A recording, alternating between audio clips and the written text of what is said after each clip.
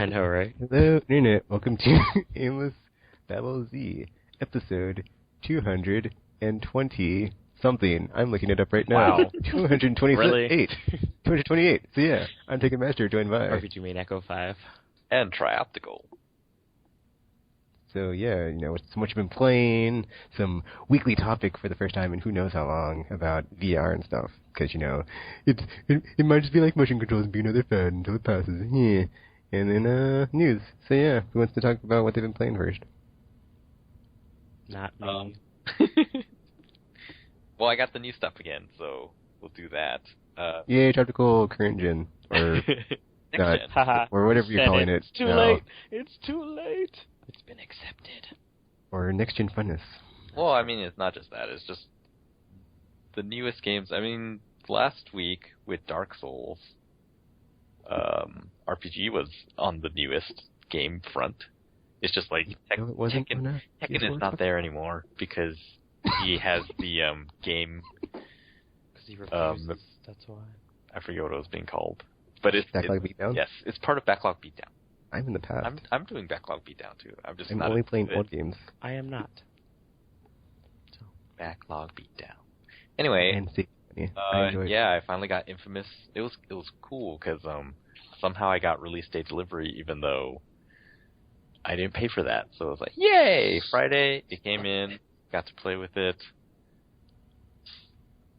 It's it's more Infamous basically. It looks really, really good, as you probably imagine. Of course it does. I mean, but I don't know. I think because Infamous 2 had the mission editor where you could customize your missions and stuff like that and share them.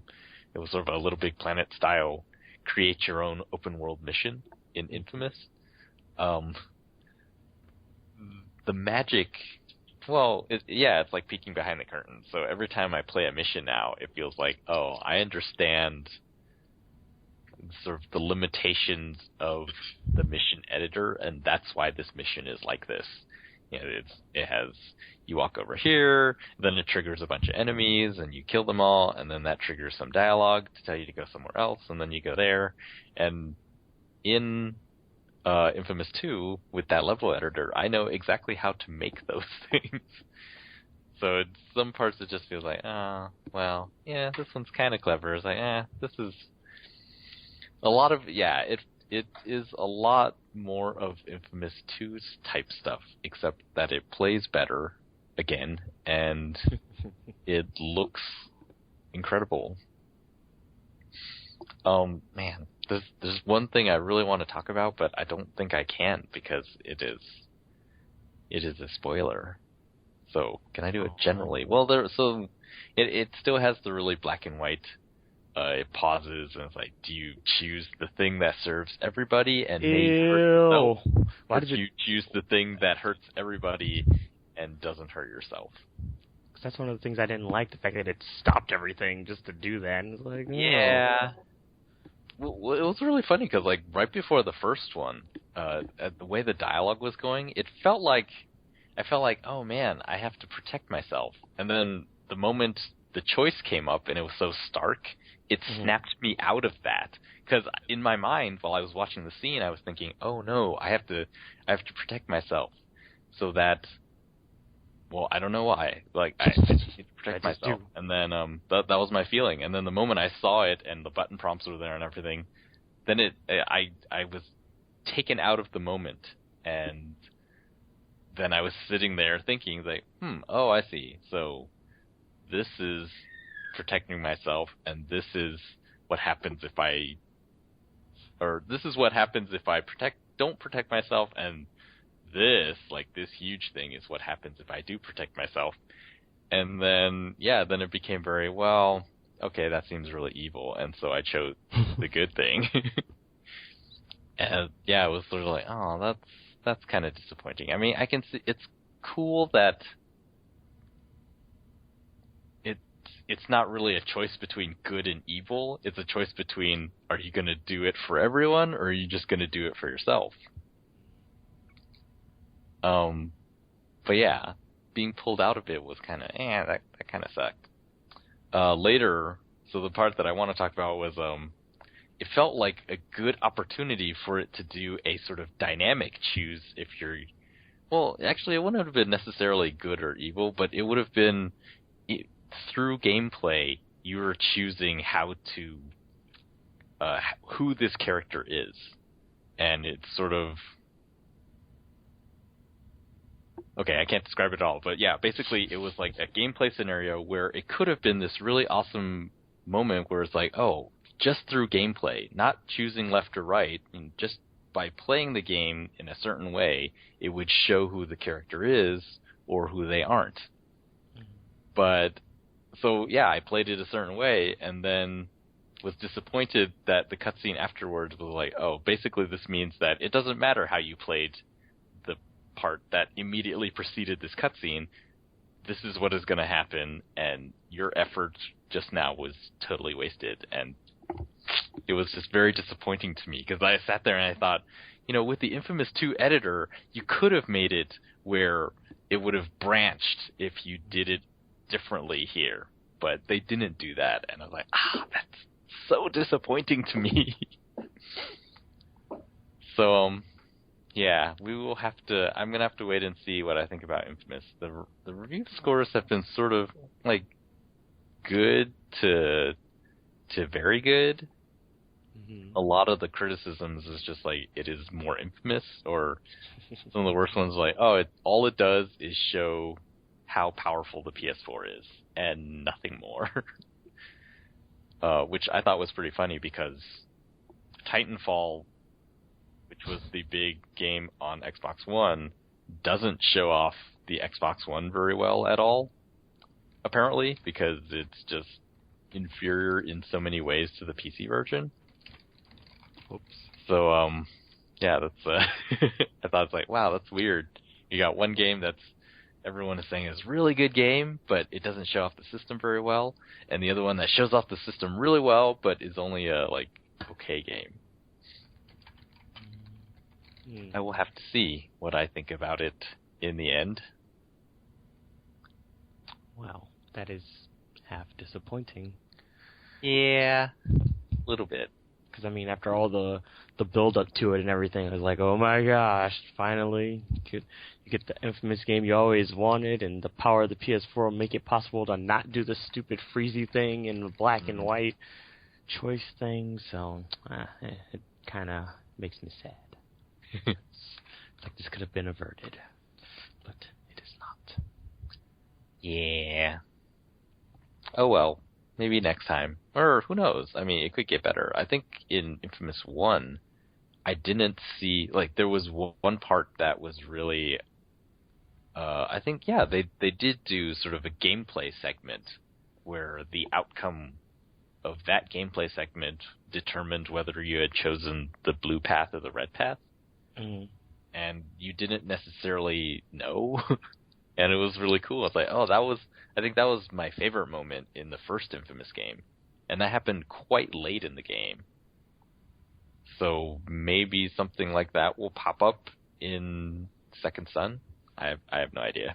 It should happen more often. It shouldn't be just the one time. That's true. So yeah, probably next time. Hopefully next time they will do a more awesome job. But then it'll be too late, because now I'm all jaded on it. It's going to be like Assassin's Creed all over again. So, although I do actually like Infamous, so that might be not a good comparison. But, yeah. I wonder if they're going to take that into consideration, because we know that the amp weapon in Infamous 2 was added because when they did playtesting, everyone, they had made a game that was supposed to be a shooter, but when people think of superheroes, they just want to run up and punch people. So they made the amp weapon so that you had some sort of cool punch melee weapon. Thing. Yeah. Yeah. Although I feel like that kind of defeats the purpose of a superhero. Yeah, some of them do have the whole I can punch you and you die kind of ability, but I kind of enjoy the more flashy abilities. It's kind of the whole point of being a superhero. Man, the abilities are so flashy in Second Son. That's all I only have the 2 powers that they revealed in the preview so far, and they sort of teased the super move with Neon, but never showed it. So once you actually see it, it's like, oh, that is not what I expected, and so cool. Well, that's good, at least. So, do you like... Gamer, have you been playing Infamous Second Son? Yeah, that's all I've been playing. Where'd he come from? Did you platinum it? Not yet, but I will. Close, right? It's pretty easy, yeah. Yeah, that's what I noticed. Like, I went through the trophy list while I was comparing with yours, and if you notice, like, on PS4 they show the percentage of how rare or common the trophies are, and almost every single one of Infamous's trophies is rare or very rare. Like, there are no ultra rare ones, and there's actually a few common ones. So people are playing it, either it's really easy or people are really into the game. I think the common ones are up to, like, more than half of all users have the common trophies. And it's like, wow, I have not seen that on any of the PlayStation 4 games yet. That is kind of, I don't know. That's cool, I guess. We have something in common with the everyman.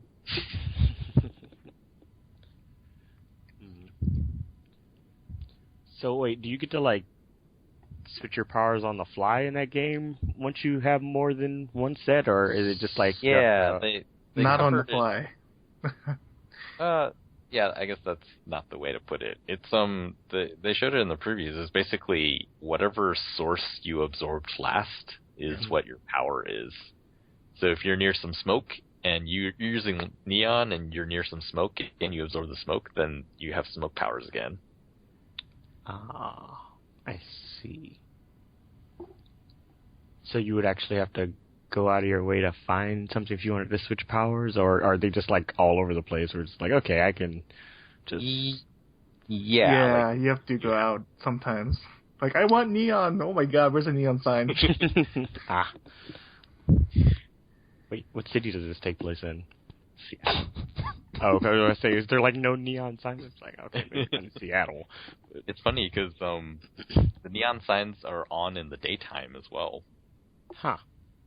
And it's like, do people do that? I can't recall. It depends on the sign. Not like, I mean, people don't really use neon signs. Maybe because it's rainy the whole time, so it's like, it's not sunny, so people will still be able to see it. But,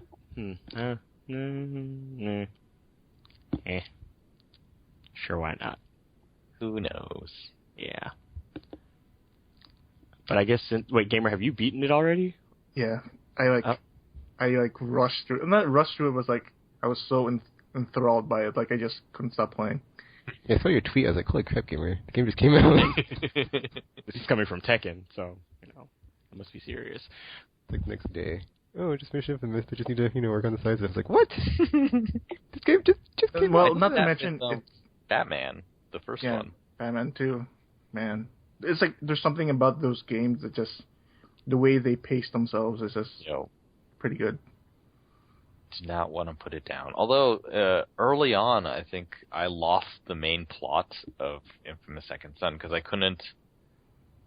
They didn't explain exactly where I was supposed to go next. Like a lot of modern games, they just like put the marker on the map, but they didn't. There was no key, so I didn't know what the markers on the map meant. And I was just, okay, we're here. He left me. What am I supposed to do now? And they were talking about something on the phone. I was like, oh, I'm supposed to go to these 3 things. Like, I see. And it took me a while to figure out what I was supposed to be doing. And then, like, oh, that marker means main mission, I think. So then I got back on track. It was kind of funny because I 100%ed the game before I got the 3rd power. So it was like I just got every blast shard, beat every DUP station. Those are stations where if you beat them, it will like decrease the district or presence, whatever. It was an Infamous one. So if you like clear the section of city, then like you would get bonus whatever. So I did everything before I got the 3rd powers. I didn't know, man. I was like, wow. That was so much easier than finding the blast shards in part 1 and part 2 where you just like pulsing R3 Yeah. or L3.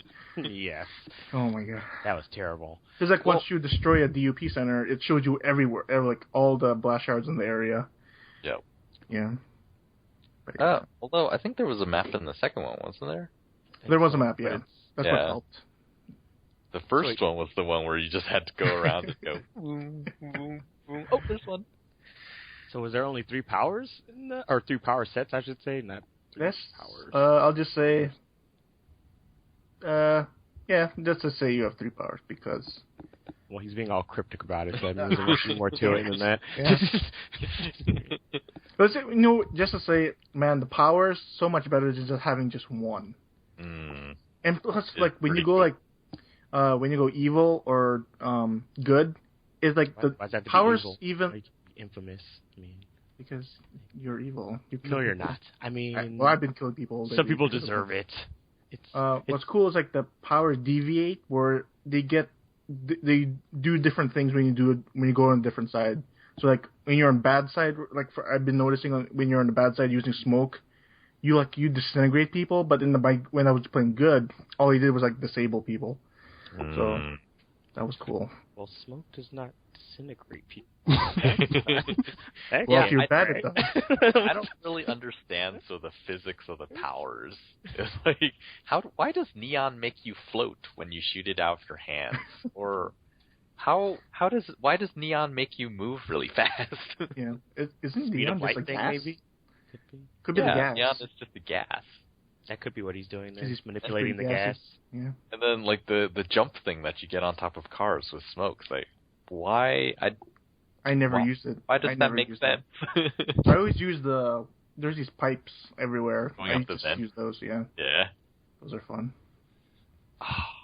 Do you ever get to the point where you can sort of absorb things on the run, or do you always have to stop? No, you always have to stop. That sucks. Be cool to just have locomotion. Why did it take like a while for him to absorb something, or is it? Well, sometimes Until you get a specific upgrade, it takes like a second or two to suck up everything. Oh. Yeah, like smoke is easier to move across. I think it's easier to use if you're on top of buildings and you're just moving across the rooftops. Whereas neon is better for if you're on the ground and you don't want to look for a smoke pipe thing. You just sort of run up the wall. And so that's really cool for getting on top of the buildings. But once you're on top of the buildings and if there's a big gap or something, then it's not as convenient. So sometimes like, I wish I could just traverse the city and just, absorb different powers as I'm moving to move as quickly as possible. But well, that's when the third power comes into play. But like it's kind of weird because the traversal stuff. Like I wish, because like it was weird because once I got neon, I had enough blast shards to put into run forever neon. Where it's like, what was the point of that? Because it was like one shard. I was like, okay, that was pointless because I could just upgrade it right away. So just give me it right away. It's just whatever. Blast shards seem really plentiful. Yeah. I think the progression of powers, like giving you powers and giving you abilities, is just way too fast. Like once you get a power, it's like, I have to find these stations to get more abilities for that power. And it has to be within the first mission. You get all these abilities already. Yeah. Rather in the first Infamous and second Infamous, where it took a while. Well, that's because he only had the one. Yeah, lightning. Yeah. Yeah. I mean, if you're like getting multiple powers, they probably, if you're trying to cram it all into one game, you're gonna have to kind of shorten the Still, though, acquisitions. I think, narratively wise, it would have been interesting if they. I mean, basically, the story is I have to go around and get more powerful, and that's the justification for the missions. Like, okay, I got this new power, now I'm just gonna go around and power it up. And so why is that not what you would do if you got a superpower? I don't know. Like, it just seems very gamey that way. So my first instinct would be to make it as powerful as possible, and then start. I would be like, let me just hold this back. It's like, sure, I just got these awesome powers, but let me just go read a book or something instead of becoming super powerful and doing stuff. So I don't know where your logic is, but. Tropical, did you beat the game? Not yet. I've only gotten to the second island, basically. Oh, okay. Oh, I was just talking about that fight on the bridge. How it seemed like if you played it a certain way, maybe it would be different, but it wasn't. Yeah. Oh, I read about that. Yeah. That part I felt kind of cheated. Did you do it just the one way? Yeah.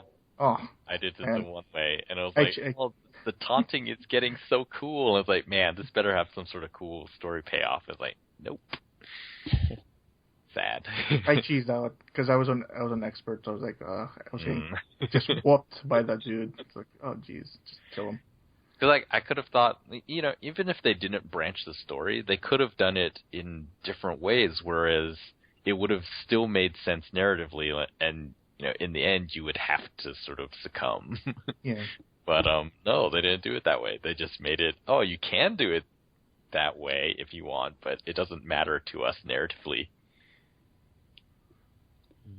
Disappointing. Did that was there like a pre-order DLC that came with that game or something? And it's terrible. Is it? Oh, okay. Cole's Legacy DLC. Oh, I've only seen. I like how it's sort of scattered out in the main storyline. Yeah. Sort of. Well, sort of. It's kind of right. Like, well, I think because each chapter of Cole's Legacy is locked until you reach a certain part in the story. It seems like that because every time I complete a story mission, or not every time, but occasionally I'll complete a story mission, and the closest marker will be another Cole Legacy chapter. And I was like, oh, that's cool. I just finished this part, and then right there, if the closest mission marker is Cole's Legacy, and I walk over and do that one, and then it would just be gone. It's like, okay, so then I would just walk around, go to the next main mission, and then a few main missions later, it's like, oh, there's a Cole's Legacy, like, right over there. Which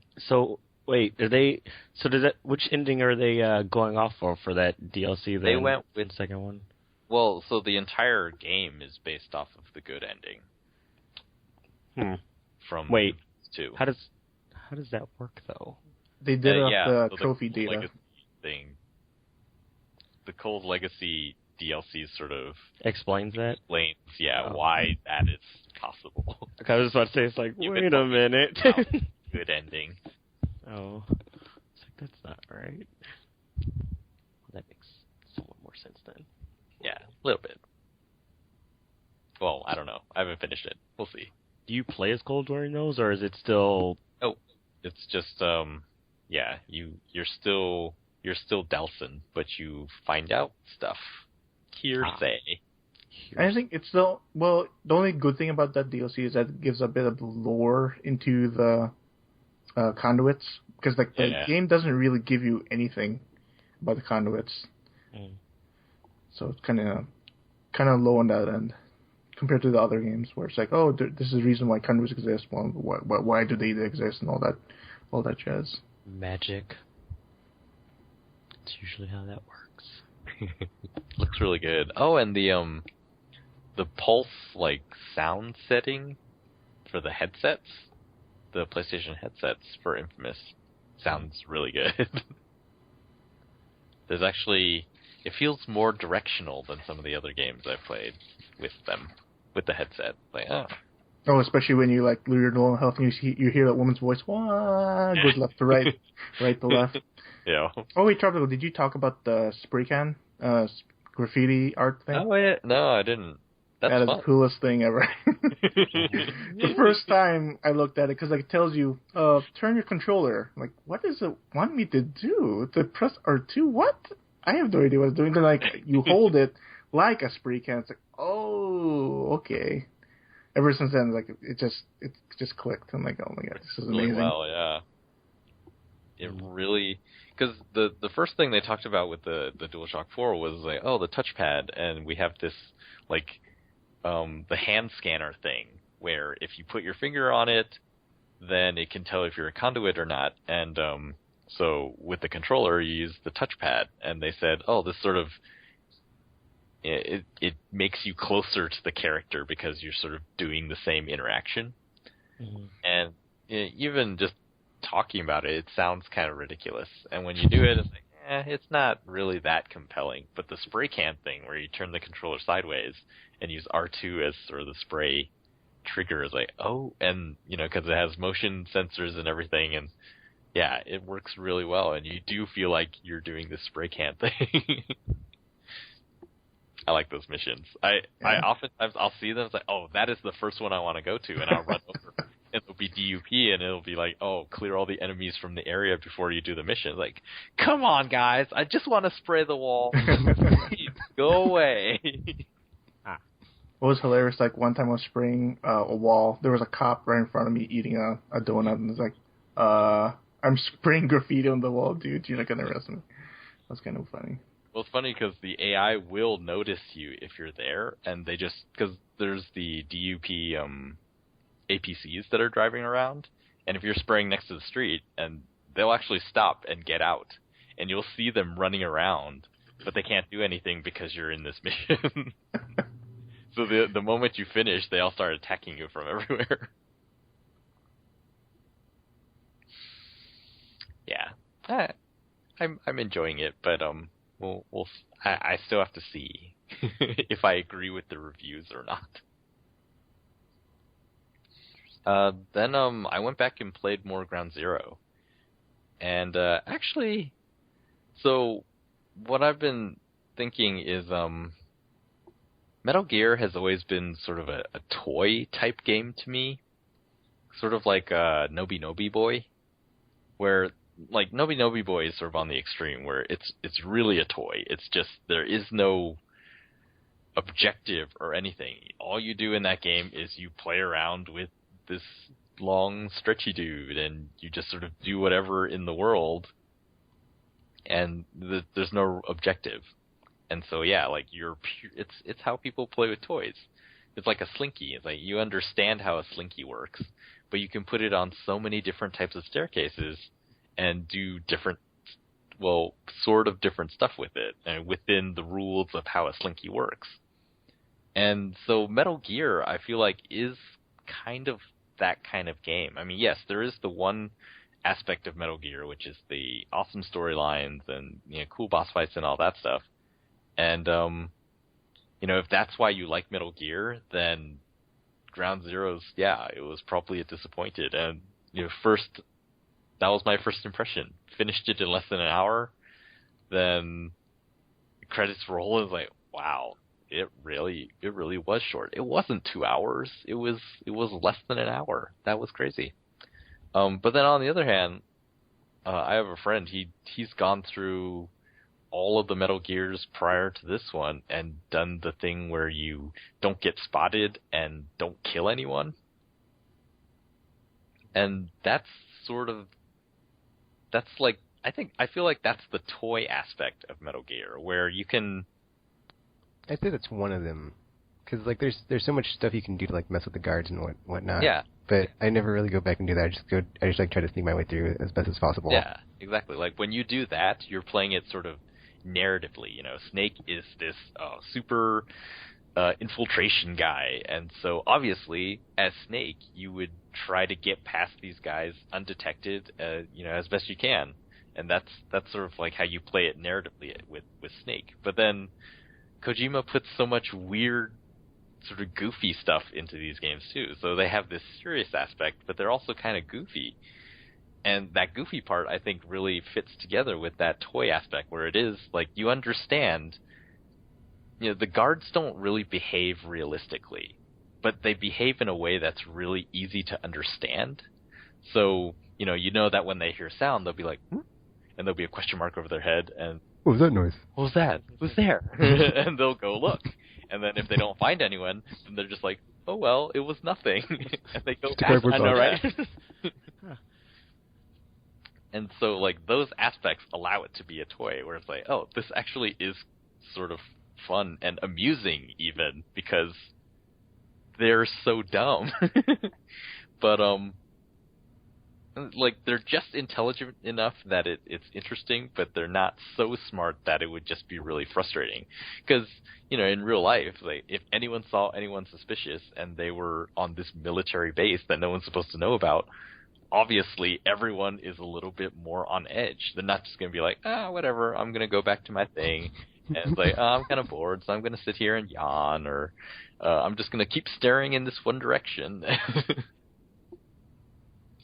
And so, yeah, like that's why I feel like while I was initially disappointed by the amount of content on offer, after playing more and more of the side missions, and there's actually only a few side missions to play, but there's just so much to do in all of them. And yeah, it's more in that toy aspect where there's so much to do. So I could I watched this guy for about an hour. He was streaming, and he was basically going around and knocking out every single guard. Not with the tranquilizer gun. He was just like grabbing them from behind and knocking them out. And then he was dragging them all to the side of the base and throwing them off of a cliff. And because they weren't tranquilized, they would wake up on the way down. And it was just, I mean, yeah, that's really dark, but it was really hilarious.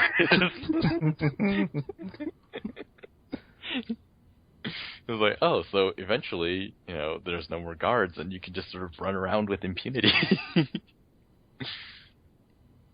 It was, yeah, and see, that's the sort of thing you can do with Metal Gear. So, in fact, like during that stream, someone asked him, like, oh, is the game short? And he was speaking in Chinese, but basically he said, it depends on if you get bored with this stuff easily.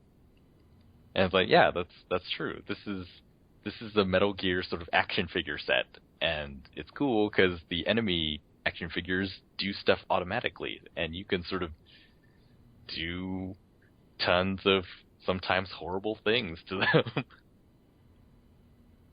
But yeah, it's entertaining, and that was I've just been going around looking for those streams now because those are the more interesting ones. Most people seem to be really bad at stealth for some reason, so a lot of the streams it'll be maybe 2-3 minutes of stealth, and then it's like, oh, I got spotted, and then it's just a lot of the comments will be like, Rambo time, and yeah, Snake will just go to town and kill everybody. It is much harder with stealth because they see far. Oh, it depends on the weather, it seems like, because yeah. In the main mission, when it's raining, you can just walk up to guys from behind and they won't even notice you. But in the clear day ones, they hear your footsteps. Oh man, I've been having so much fun. Yep, same here. So yeah, I was disappointed that it was short, but after playing, it's like, yeah, it really depends on the person. If you're going Metal Gear just for the story, then yeah, you're probably going to be disappointed. But if you're there for sort of the mechanics, sort of like Gran Turismo.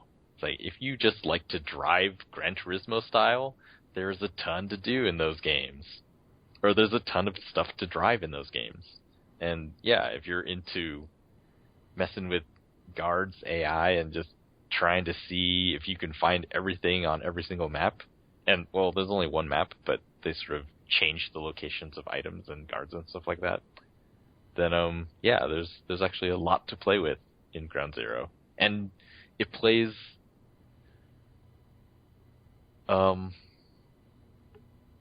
well, actually now, before I was going to say it, I can't remember how the other ones play, but it plays so smoothly. The animations, now going from running to crawling, it feels really smooth and just, it's really good. I have almost finished all of the side ops. I think, I haven't unlocked the last one, which is the exclusive Deja Vu one. That's a fun one. I have no idea how. Do I have to... You have to collect all the XOF patches. Ah. And are those in all of the side missions, or can you get They them? are only in Ground Zeroes. Oh, so only in the first one? Yeah. Okay. That shouldn't be too bad. Yeah, just look at a guide, Tropical. I tried looking for them by myself. They're so small. Oh, I really? think I found one by accident. Yeah, I found one. Wait, where did you find yours? Is it the one by the grate? Yep. Where Yeah. you pull under the thing? Yeah. yeah. Yep. Yeah, back to your point about like the game being short. Like, if there's like always been like a legacy of Metal Gear. I guess like since like the PS1 version, like the games aren't really that long if you skip all the cutscenes. Like, and you can like just speed your way through. So I don't really think that's an issue anyway. Yeah, the issue is not that short. It's just that they're asking people to pay for it. Oh yeah, good point. It should have been free, in my opinion. It should have been free. Like what? I don't know about free. I think it should have been cheaper. Yeah, But, I spent. Yeah. Because there actually is a lot of game. It's just that initial impression is really strong, where it's just, you're doing your Metal Gear thing, you're watching your cutscene, you're playing the game, and then you're watching a cutscene, and it's like, oh, I can't wait to see what happens next, and it's the credits. That was very shocking. It was just, oh my gosh, they weren't kidding. It is really short. And, from the reports, I thought it meant, oh, you can go back and do side missions. So I thought, oh, it's open world, and there would be like side missions you could do in that world. But no, it's the same setting, but there's lots of different scenarios programmed in. So it's not like, oh, if I don't rescue Chico now, I can go do this other thing. It's an entirely different mission, and you fly in again. It's like, oh, so this is the same base, but we're not really talking about it like it's the same base. And but there's a totally different thing we have to do this time. We have to go rescue this guy or something. Like, I have no complaints about the length because, like, what's great about Ground Zeroes itself, just the mission itself, is like you could replay it in different ways just to get a different outcome. Like, if you collect Paz first and Chico second, when you go for Chico, then you go back to the chopper. The base will be alerted. Oh, Paz is gone. We have to search. Oh. And it's like a permanent alert. But if you do it Chico first, Paz later, it never happens that way. Interesting. Yeah, I noticed. You know how they always have some dialogue after the credits? Yeah. In some of the side missions, if you do the side mission differently, you'll have different dialogue in the ending credits. Yeah. And then the one where you're like in the chopper and you're just providing cover, that side mission. Oh yeah, he says something different. Because like I took my sweet ass time saving him. He's like, "What took you so long?" And then some other guy in the forum's like, "Oh, he said perfect or like something about perfect or something." Perfect. Yeah. Like, I was like, "Oh, that's hilarious." That's really cool. Or like there's something happens where like there's a tape you get from Chico when you put him on the chopper. If you look down at it, like Kaz will tell you to drop him and check him. If you do that, you'll get the tape. But if you just go in the plane like straight away, the tape will drop from the chopper, and that's how you got. Oh, really? Yeah. That's really cool. See, I'm wondering if those little type things are going to be in Phantom Pain when it comes out.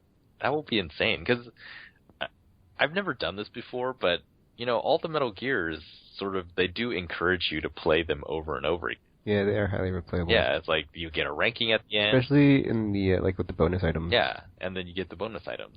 So this one, it's like that, but I'm actually replaying it because, the content part is shorter. I mean, I guess every time I look back on Metal Gear 1, it's like, oh, some of those parts are really painful to play through. So I don't really want to play through the whole thing again and then, have to encounter that little part. It's like, But then with this one, it's like, oh, it's really short. It's like every playthrough is an hour or less.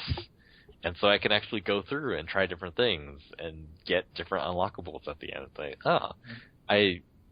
I've never done this in Metal Gear before. This is really cool. And I'm wondering, for me, is that going to encourage me to do that if I have the time? And, so many caveats now. But am I going to do that with Phantom Pain? Because I've seen it now for myself. Yeah. Oh, Tropical, did you notice there's a power generator that you could turn off and like the main base where Paz is will shut down and you could get her out safely? Really? Yeah. Like if you one of the guards I captured is like, oh, there's a power station nearby. What is he talking about? And then once I figured out there's a switch there, it's like, oh my god, this is amazing. There's no more cameras. You could like have to sneak around. Like, it's great. That's cool. Yeah. Did you hear how I got out? No. Oh. All right, short version for Gamer's benefit, since he wasn't here last week. Basically, I got out with pause, and I was standing at the doorway. So I had already gone up the stairs past the camera, and then I had gotten out of that sort of admin area, and there was an APC parked in front of me because they had already discovered that she was gone, and so the base was on alert, and so there was a few guards that I had knocked out earlier. They're sleeping around me. There was this APCs that were facing the door but hadn't seen me yet, and then there were other guards, and they're just all walking around. I'm standing there, like, I'm carrying this person. I can't crawl out the way I came in. I have no idea how I'm going to get past all this stuff. And then it dawned upon me, like, oh, right over there between the two helipads is a place I can call in the helicopter. And so I called it in, and Miller's like, that's a hot zone, Snake. And Morpho 1 comes in, and suddenly all the enemies are like, shoot down the enemy chopper! And everything turned towards the chopper and started firing, and I was like, all right, here we go. And I just booked it out of the base. So you use your chopper as a diversion. Yeah. No, I never did that. I never tried it. Only one soldier saw us. And then, I got to the shoreline, and I called the chopper, and surprisingly, it was the chopper that was being shot at. They just flew over, and I was like, oh, cool, you guys are alive. My initial plan was they're probably going to shoot down that chopper, but we have mother base, so we should probably have more than one chopper, so it'll be okay even if we lose that one. But I was glad to see that they didn't get killed because of me. I think that stopped you. That was fun. See, the thing I wanted to ask you last week I didn't have the chance to was, like, not having played Peace Walker, like, how integral is that to enjoying, like, Ground Zeroes and Phantom Pain when it comes out? Because I started playing, and I knew who the characters were because I had played that far in Peace Walker. So one of the characters you see at the very beginning of Peace Walker, and the other one you meet pretty early on in Peace Walker. But they were like totally different characters by Ground Zero, and I was very confused. Like, huh, what happened here? It's like, so I am gonna have to go back and play Peace Walker, and especially Peace I think Walker take place in the series. Peace Walker is between 3 and Portable Ops. Or no, it's after Portable Ops, but before Ground Zeroes. I haven't played Portable Ops, so I don't know where that falls. So. That one is after Metal Gear Solid 3. So Snake Eater is the earliest one. Mm-hmm. Well, and then it's Portable Ops, and then it's Peace Walker, and then it's Ground Zeroes. Oh, okay.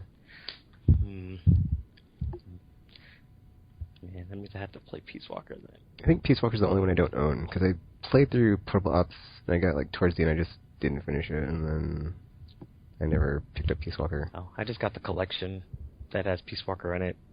So. Yeah, I have a few different copies of Peace Walker. On different systems. So is that you've been playing Tropical? Yep. So yeah, that's what I've been playing. Do you want to go next RPG, or do you want me to go? You can go if you want. Alright, well, I've been playing Vita, so, finally kicked the PSP to the curb. And I finished Jet Set Radio on it, and I was like, you know what, this was actually pretty good for a handheld. So I was like, that was pretty cool, It was like, felt just as good, and like I said, it was weird, because, like, even though the sticks are a different size, like, for some reason I'm finding myself able to do the graffiti sprays easier on the Vita version than on 360 or PS3, so that was interesting. Or even Dreamcast. But yeah, still awesome, still fun, and has like all the stuff in it. It looks amazing. Because I was like, wow, this looks just as good as the console version. So yeah, this is pretty cool playing it on a handheld that can handle it. Oh, I forgot to get a screen capture or an image for this game, but I also played Wipeout 2048. I'm really enjoying that game. That is really looking good on the Vita too. And then it's weird though, because like playing this, it's like I left my Vita on sleep, like after I got home from work, and I left it on like overnight in sleep mode, and like expecting it to like be able to like not be dead like a PSP, and it wasn't. So I was like, oh well, this is terrible battery life. So now I'm waiting for the redesign to have better battery life. So yay to that.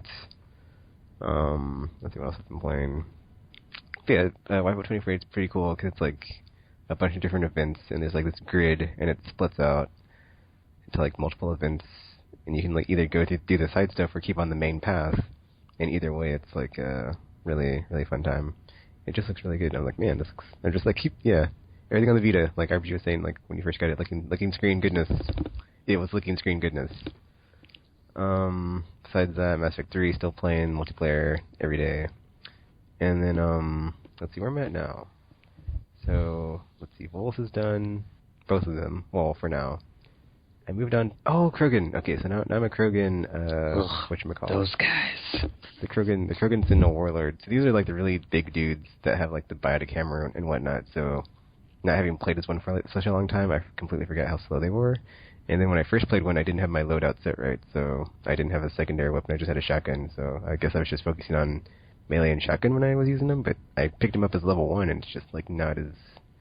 Your shields and health are still beefy, but you can't take the damage into your level 1, so it kind of didn't work in my favor, so that was annoying.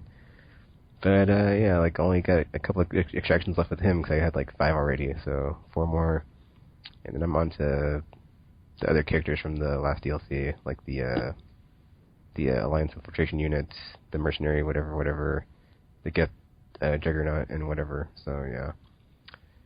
And then let's see, still playing Crash 6 every day. Well, not every day.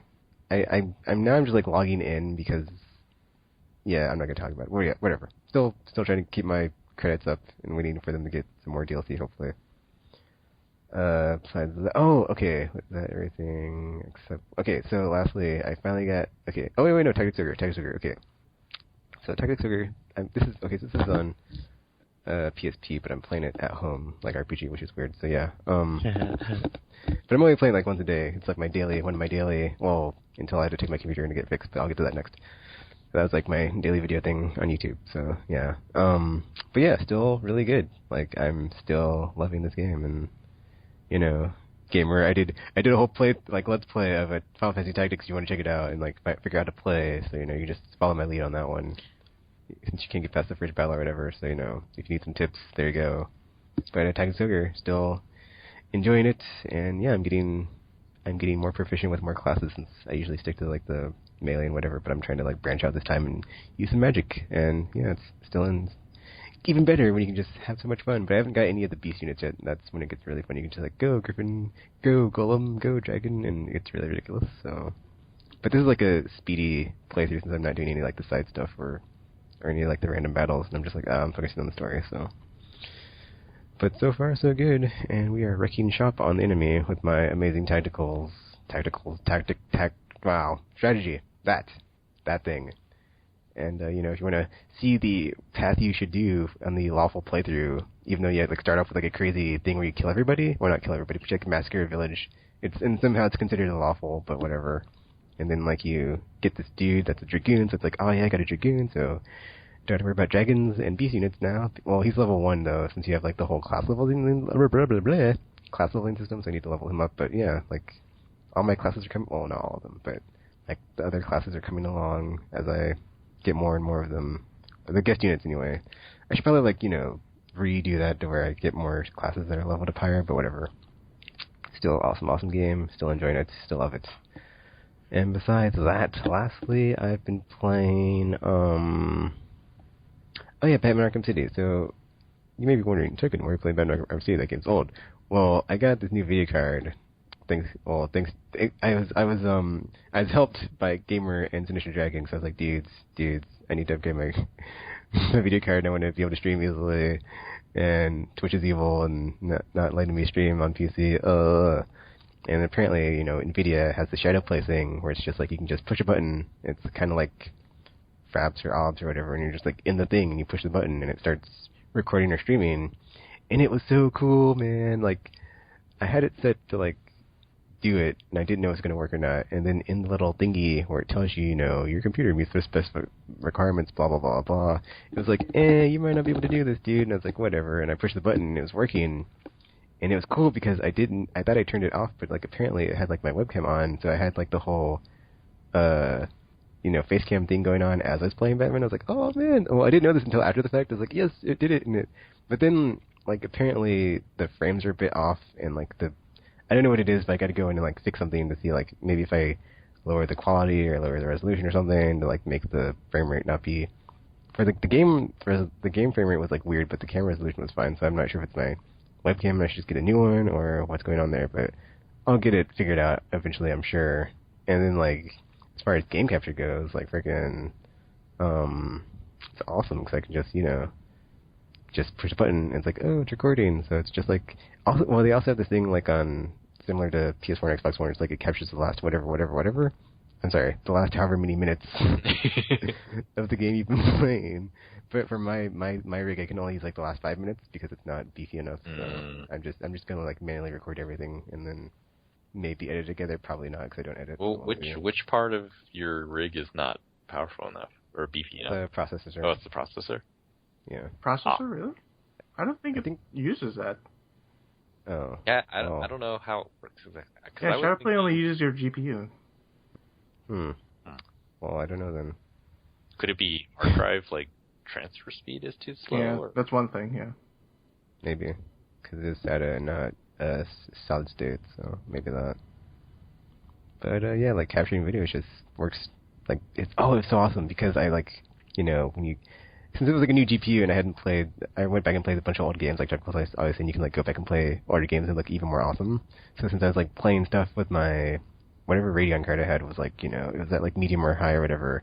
But then I put this one in and it was like jacking everything up to like ultra or extreme. I was like, holy crap, this looks amazing. I played Batman and like Nightwing's armor was all like purpley and reflective, and I was like, I just pushed all over it, man. I was just like, oh my gosh. And then I played as Robin and his cape was all flowing because it had physics graphics because it's an NVIDIA card. I was like, oh man, I felt the PC gaming awesomeness in me, and it was just flowing. And I was like, oh, this is awesome. So I cannot wait to like put up a comparison video of like, oh, look how awesome these little details are on PC. Oh, and look at the console version. Oh, here we go. There's only one of you guys left to experience that. G. Wow. Experience that feeling now. Well, I can tell you now, it's not happening. So, man, okay, I'm gonna say it. So, Lenovo. Well, first of all, Gamer, have you ever had an SLI setup? No. Or a Crossfire one? No, never. I've heard mixed things about it. Yeah, I will get to see that firsthand. Oh, man. On Tuesday. What did you do? Holy crap. All right, so yeah, Lenovo is awesome, and apparently they want to get into gaming, and so I was like, I need a laptop, and yeah, the laptop I'm getting has dual, I think it's the 755M NVIDIA, but two of them, and they run SLI on a laptop because they have, yeah, it's weird. I was looking and like, I don't understand why this one is different than this configuration, and I was looking through it, and it turns out Lenovo has something they call Ultra Bay, and it's basically that slot on laptops that you can usually put in like a disk drive or something. But theirs, you can put in lots of different things. So disk drives are an option, another fan or a battery, those are options, and apparently graphics cards are an option. And so they have a removable 755M NVIDIA card that you can plop in there. And so the pre-configured one had two. It was the built-in one and the one that you can just slot in. And they're like, yeah, this is an SLI system. And like, I had no idea something like this existed. This is crazy. And Yeah, just well, I don't know if it's going to be. I don't think it's going to be super awesome because I was looking at reviews after I bought it, and for example, Tomb Raider on Ultra and everything only can run something like 50 frames, 40 to 50 frames per second, and so compared to the PS4, which is supposed to be 60 frames a second, it is still weaker but costs way more. Yeah, that's the cool thing about my card is, like, it's like that half step I needed on my PC to where it's like it's more powerful than PS3 and 360, but still like a notch below PS4 and Xbox Tekken, One. your video card was ancient. Oh my god. When he told me the specs, I was like, what the hell? Apparently his processor is a Pentium. It has it's even worse. It's even worse than a GPU. I was like, what? How is he even playing on this thing? It's crazy. That's the magic of PC gaming. You can make it work on a budget. Yeah, this laptop is probably the most ridiculous one I've ever seen, and it was not that expensive. Like, at first I was looking at Alienware because I've really enjoyed the X51, so I thought, oh, I'll just go for Alienware. But their desktop, the X51s don't have the specs that I want right now, and to get them, they would cost a lot more. So I was like, I don't know. And so I looked around at other gaming PCs because I don't want to build one. I'm done with that, I think. And yeah, they just cost so much. Like, forget it. And then like my wife mentioned something about a laptop, and I thought, well, my first thought was, gaming laptops tend to be really expensive and not as good as the same amount of money could get you for a desktop. But then I thought about it a little bit, like, well, a laptop would be nice, like the portability, and I wouldn't have to go and hook up a screen and have all these wires everywhere. And so I started looking at laptops, but not gaming laptops. My initial thought was, okay, what's a laptop brand I know? And Lenovo was the one. And then I saw, like, oh, they have a gaming one, and it was pretty, compared to gaming laptops, it was really cheap.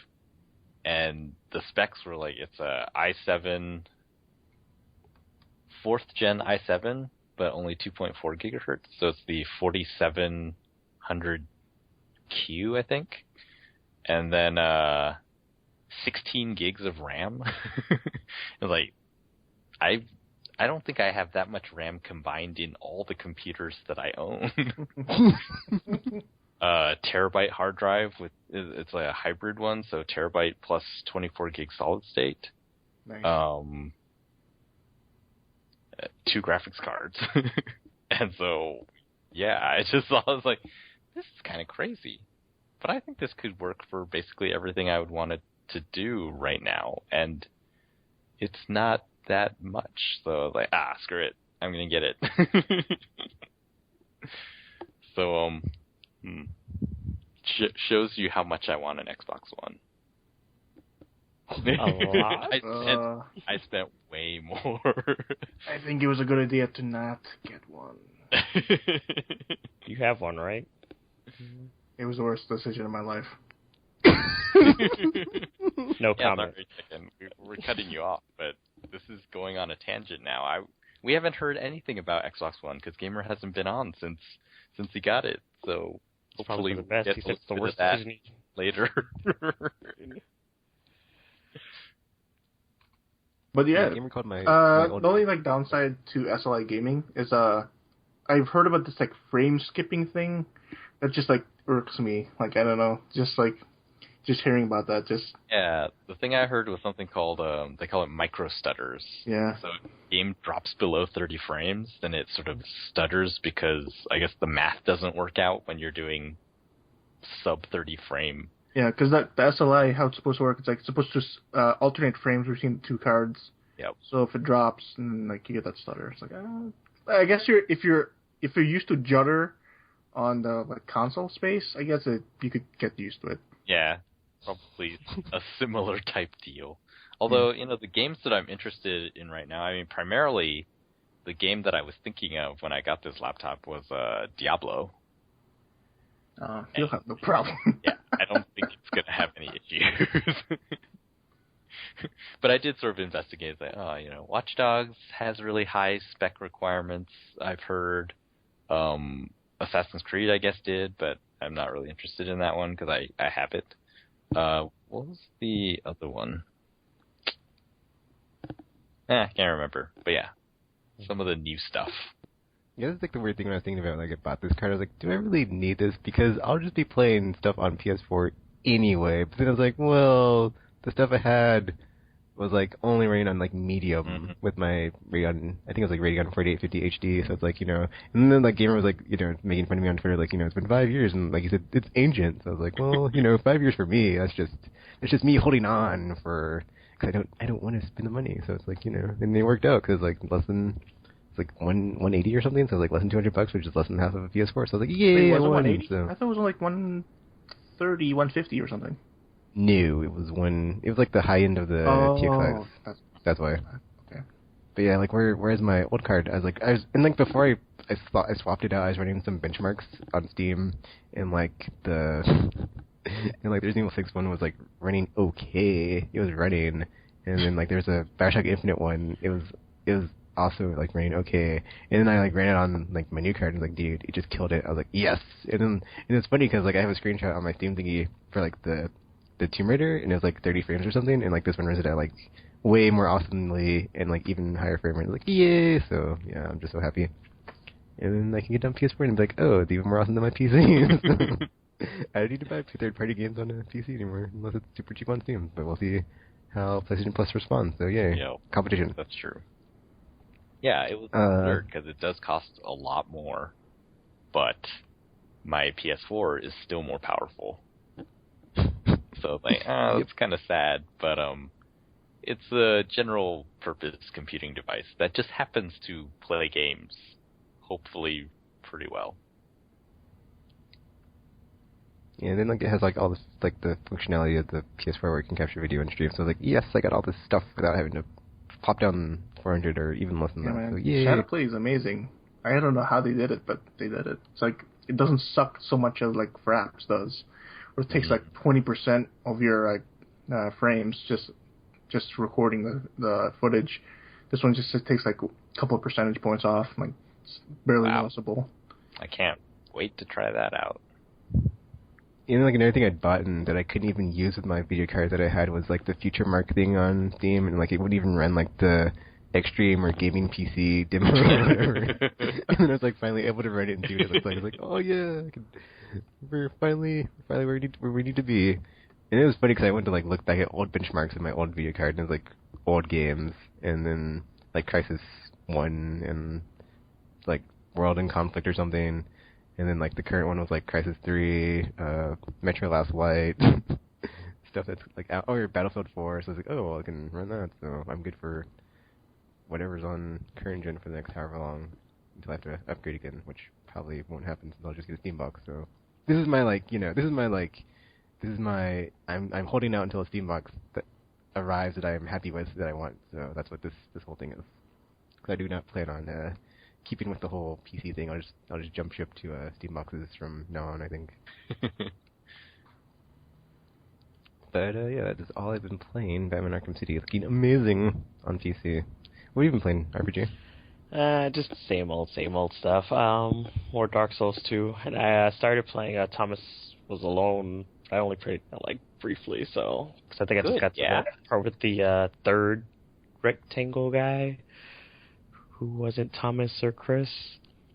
That guy. I don't remember his name.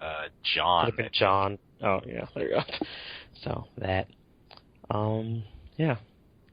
It's an interesting little platformer thingy going on.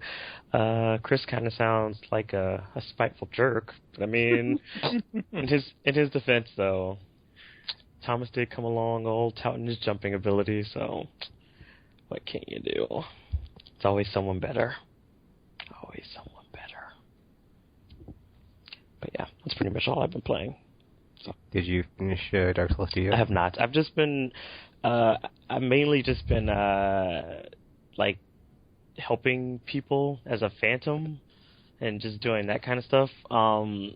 I've been trying to rank up in my Covenant for a bit, but it's like I think I've only been summoned like once or twice because the way it works is like if somebody's in trouble, it auto summons you to their world to help with the phantom person that's invading them, but that hasn't been happening too often. So I mean, most of my Black Phantom kills have been coming from just already happening to be with somebody who gets invaded or something. So there's that. You can also duel people that are in your covenant as well. There's if you go to the place where you're like our base thingy, you can actually like search for people in the covenant and like duel them to increase your ranks too. So I've done that a few times, and that was interesting. I think you could do it with the rival covenant. The rival covenant can do it too, the invaders or whatever. But I'm not a big fan of their whole philosophy of killing people just for the funs of it. So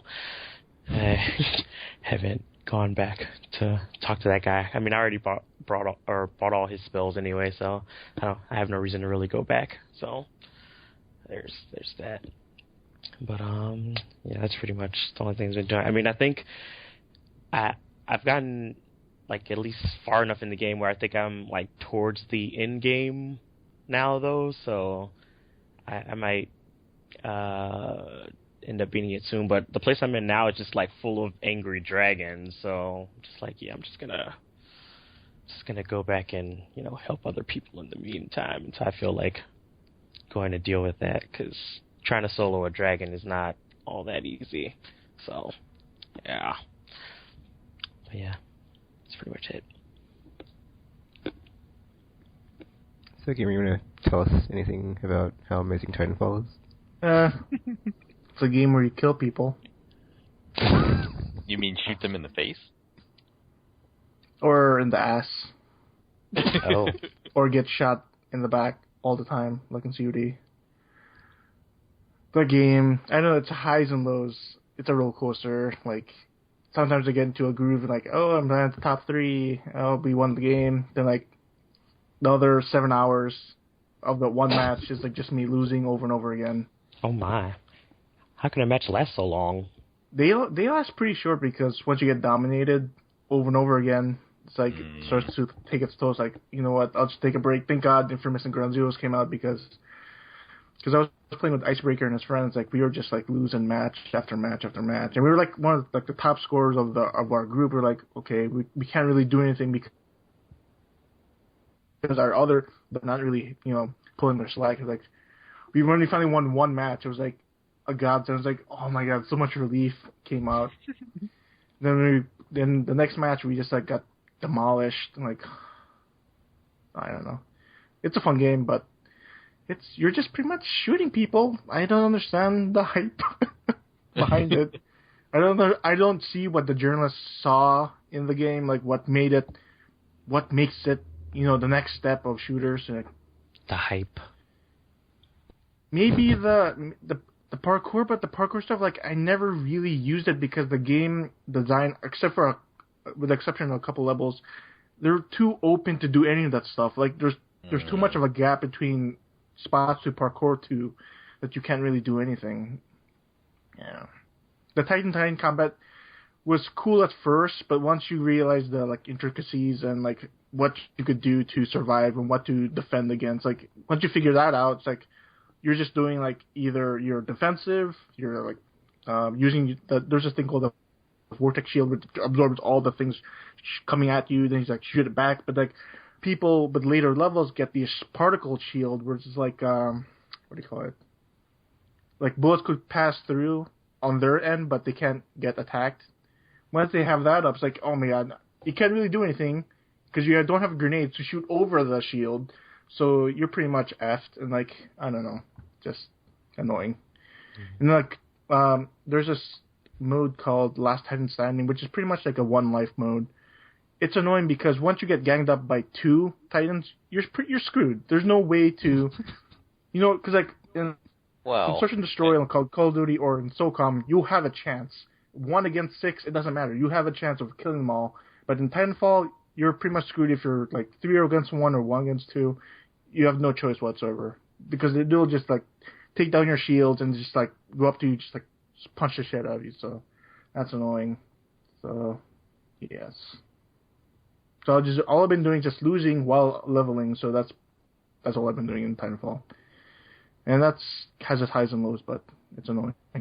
But still, it's on PC and it's gonna be on 360. Next week or 2 weeks from now? So, Yeah. do you really need Xbox One? No. But other than that, just playing Ground Zeroes. Went on my kill everyone run. That was fun because once you kill everyone, what was weird because in that game they do spawn guards. Like once you pick up Paz, there's 3 guards that spawn right when you go up the staircase. Like there's one just spawns right there. Like that's weird because I kill everyone. Because supposedly there's only 40 enemies on the base. Because once you kill everyone, no one's there to spot you. So that's cool. But the thing is, when you go up the stairs and when you see the APC spawns there when you go up. The APC never appears ever before. So that's kind of weird. Mm-hmm. That is a fun game, even though I paid for it twice. Wait, did you get disc versions for both of them? I got PS3. I'm going all digital from now on, so I got that digital and PS4 disc.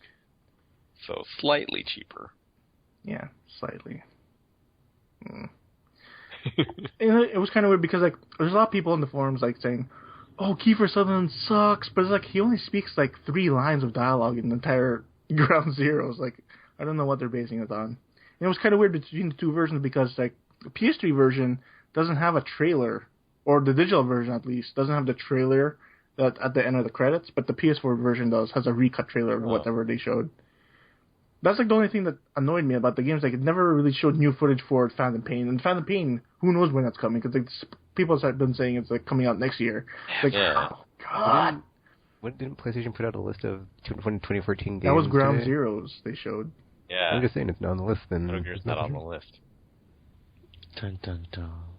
And we all, should be used to the multi-year trailer extravaganza from Metal Gear Solid games at E3. So it's when it's done. This is just a taste. But the changes in gameplay is just very drastic compared to other games. But the only thing that I worry about is when there's a clear screen when you finish the mission. It's is this gonna be the game, or hopefully it's gonna be separate, a separate mode? Because it could be weird playing the story, then there's a clear screen, A or S. Why doesn't? Because I know in Peace Walker did the same thing when you go from mission to mission. But this is kind of weird because it's more story based than the Metal Gear Solid 3 and 2. It's gonna be weird going from mission to mission. Oh, there's a S ranking. What does this mean in the context of the story? It doesn't make sense. But yeah, that's. It would be more like Well, it's like that in Resident 4 Evil though. You got the end of chapter scores. Was it? Yeah. Huh. I don't remember. Well, you didn't get grade, but you got your stats of what your time was and how many enemies you spotted you and whatnot. Man, I completely forgot. Yeah, I think because the main thing you noticed between chapters on Metal Gear Solid 4 was the really long, the install. So it was going to be broken up like that anyway. But yeah, that's fun.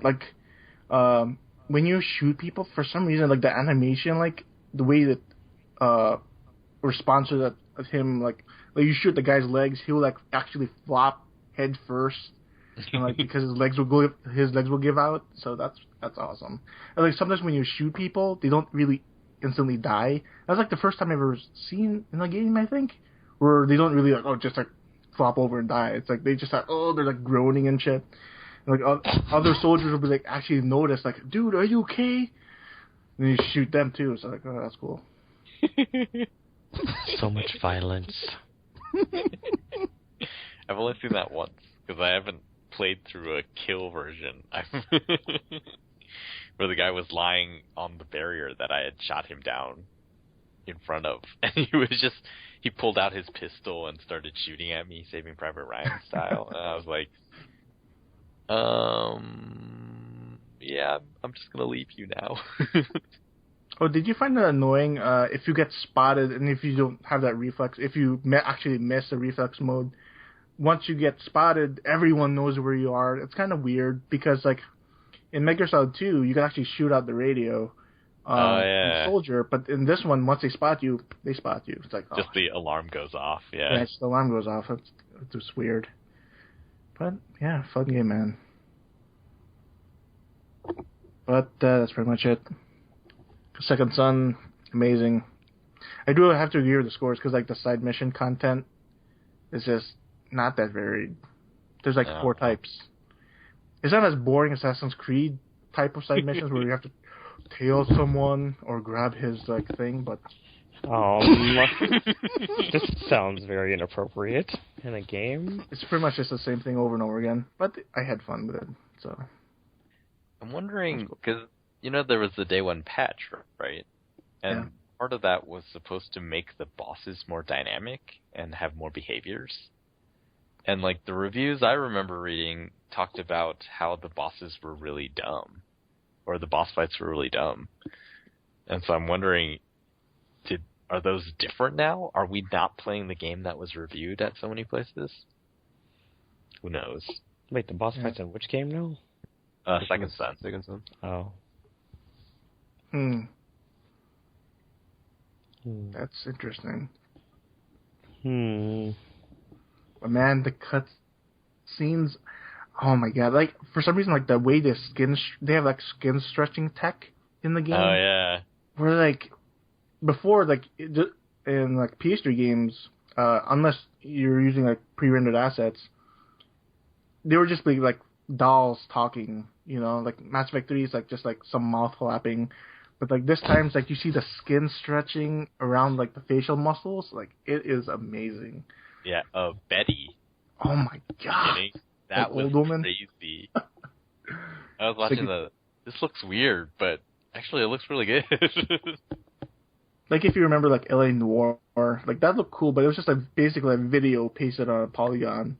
But this one's like actually using the actual markers on the guy's face, or the person's face, and just like using that information to use it to stretch the skin on the face. Like it's just like, holy crap. And it just becomes more... they become more expressive than ever before, using just the dots on the face, Because like Beyond, that was like my disappointments with Beyond. Like it looked good, but it could have looked better with that tech. But man, they need to make that game on PS4. It's too late, Tekken. They had their chance. Oh man, I can't wait for Quantic Dream on. It's weird because like Infamous set the bar for me. It sets the bar for cinematic quality in terms of like facial capture. It kind of makes me wonder, is like because Naughty Dog was always hand animated facial capture. It's like they have to change because this set the bar for me in terms of that. But yeah, it's an amazing looking game. But it's a fun game. Like I would agree with the scores. Like I wouldn't give it like an average score, that's for sure. But it's good. It's up there. But that was fun. Is it solid but not great? Yeah, I would say so. It's an easy platinum, so. And that's all that matters, right? If you're into that. No, you know what's an easy platinum? The Walking Dead, because you get one regardless of what you do. So. Oh, I played the second episode. Gamer, have you? It's like Tropical, for whatever reason, has not played it, and it's like, dude, Tropical. Every time I come in the podcast, it's like, dude, have you played Tropical? No. Is RB? Finally somebody else. Yes. Well, see, what was cool, like last time, I didn't play the first episode of Wolf Among Us until the week before the second episode came out. So it was really neat because I could play, well, I didn't, but theoretically I could have played 2 episodes back to back. It's like I could have, but yeah, that didn't happen. So The Walking Dead was almost like that too. Have you played RPG? What, the second season? Second season? Nah. I'm not buying it. I refuse. It's so good. It's so dark. That's what people said about the first one, and then I was like, yeah. So, nah. And then I'll just wait until the rest of the Wolf Among Us ones come out before I actually start playing those. Because, I got the season pass while it was, like, on sale, so I downloaded the first 2 episodes, but I have yet to play either of them. Because I was like, what's the point? If I play them both now, I have no idea when the third or however many more episodes are going to come out, so why bother? So, Gamer, would you say that you prefer The Walking Dead or Wolf Among Us as far as like which game? I like Story Wolf and Among whatnot. Us. Oh, story or what? Or just, Or just overall? just overall. Wolf Among Us for sure. Mm. I guess it's just like the Disney kid in me that just enjoys it more Well, because I know the characters, so it's like I like the real take on them, so that's cool. But I like the story situations in Walking Dead more. Like, Yeah, I think especially for this I season, holy I crap. prefer the universe better than Walking Dead just because it's so dire. It's just like, man, it's so crazy. Is it dire? It feels like they're doing. It feels like it's so cool what they're doing in season 2 because it's so nuanced versus like you could think they could just do the same thing in season 1, but everything is different. It's like there is no status quo with what they've been doing. Like they've changed up everything. Like it's not like just like this part in season 1. It's like nope, this is you're playing as Clementine and then like stuff happens and it's like you have to react. It's like it's like every time it's a curveball they're throwing at you. So good. Especially at the end of season 2 episode 2 when like something happens and it's like, oh man, how's this guy gonna react to this? It's like I knew he did it. I knew it. You effed up and now it's gonna F us all up. It's just like My take is like, did I mess up or the game? Is it just the game just doing its thing? Because I have no idea. Because it wasn't a part of like the choices where it's like, oh, did you make this choice? Did you make that choice? It's like it just happens. Like, oh my god, could Clementine have prevented that happening? Yeah, there's like that one part on the bridge where I'm like, can you prevent that? I don't and think I want to look that up. For that one, I don't think so. But like it's cool because like at the end when stuff is going down, there's like a lot of different things that can happen there. I was like, holy crap! 'Cause I didn't know that until I watched the some IGN Greg Miller thing where like he's talking about it and his choices. I was like, holy crap! There's like very different things that can happen at the end there. I was like, holy crap! Damn, nice. Like different people can either live. It's like kind of like Suicide Mission pretty much from Mass Effect 2. It's like holy crap. Sounds good. Now the waiting game, which is Yeah. See, this is why you should just wait until they all get released. Stop torturing yourself. It doesn't bother me to wait now. I'm just like just playing it is worth it. It's just like it's just like it's like that next hit of a drug or something. It's like so good. I mean, not to have a drug analogy. Too late. You've done it. And then like for me, it's like episode 3 was my favorite episode. After replaying it season 1, so it's like there was just so much craziness in episode 3. I just want to see like if they can like top it or how they can match it. What happened in episode 3? Was that the one when they were? That's the one where stuff goes down on the side of the road and multiple people die for different reasons. Oh, they have like the highest body count, pretty much. I think, maybe, possibly. I mean, that might be debatable considering how people can die over the course of that game. So, because I think episode 5 had a pretty decent body count on it too. Or was it episode 4? One of the ones where after that city. Either one. There's a lot of dead people going on in there. So I mean, But yeah. So, is that all everybody's been playing? maybe. Gamer. I've been playing the let's just see how much stuff I could fit in my Vita game. That's not really a game. That's a way of life. I got a 64 gigabyte card for the same price as a 32 gig. Oh, you such hilarious. I want a 64 gigabyte card. I already filled my 32 almost. Where are you guys getting all this stuff to fill your cards? PlayStation Plus. Woo! Man, once you go digital, you can't go back. I said, whatever. I'm not gonna sell these games. So I'm like, just buy everything digital. And it's working out. Mm. So is that it for what everybody's been playing? Yep. Yeah. Yep. Oh wait, Gamer, you played Wolf Among Us? Yeah. Okay. Do you want to talk about it at all? No. Did Tropical play? Because I don't want you people spoiling I've stuff. only played Have episode you 1. played episode 2 yet, Tropical? No. Oh, okay, never mind. Tropical. I'm sorry. I'll get to it. I have lots of stuff to get to. He Come does. on now. He does. I'm sorry. You It's know just me. Telltale. Their games are just killing it right now. Just so good. Just man, Are they so it good? gets me right in my tingly spot. Oh my. It's like There might be children listening. T-spot, just lighten it up. Careful. But I guess that's it for what we've been playing, and we'll come back after this with our weekly topic of VR. Is it defined like motion controls, or is it here to stay? And we said it was will it about be as like awesome? 3D, not motion controls. Or 3D. Why'd you go there? Well, motion controls. I mean, to me, it's like a similar thing. I mean, 3D is still around. Motion controls are still around, but we'll get to it. Or if you're watching the live stream, you'll get to hear us talk while we're taking a break. But if you're listening to the podcast, we're taking a break right now, and we'll come back after this with the weekly topic, VR and whatnot.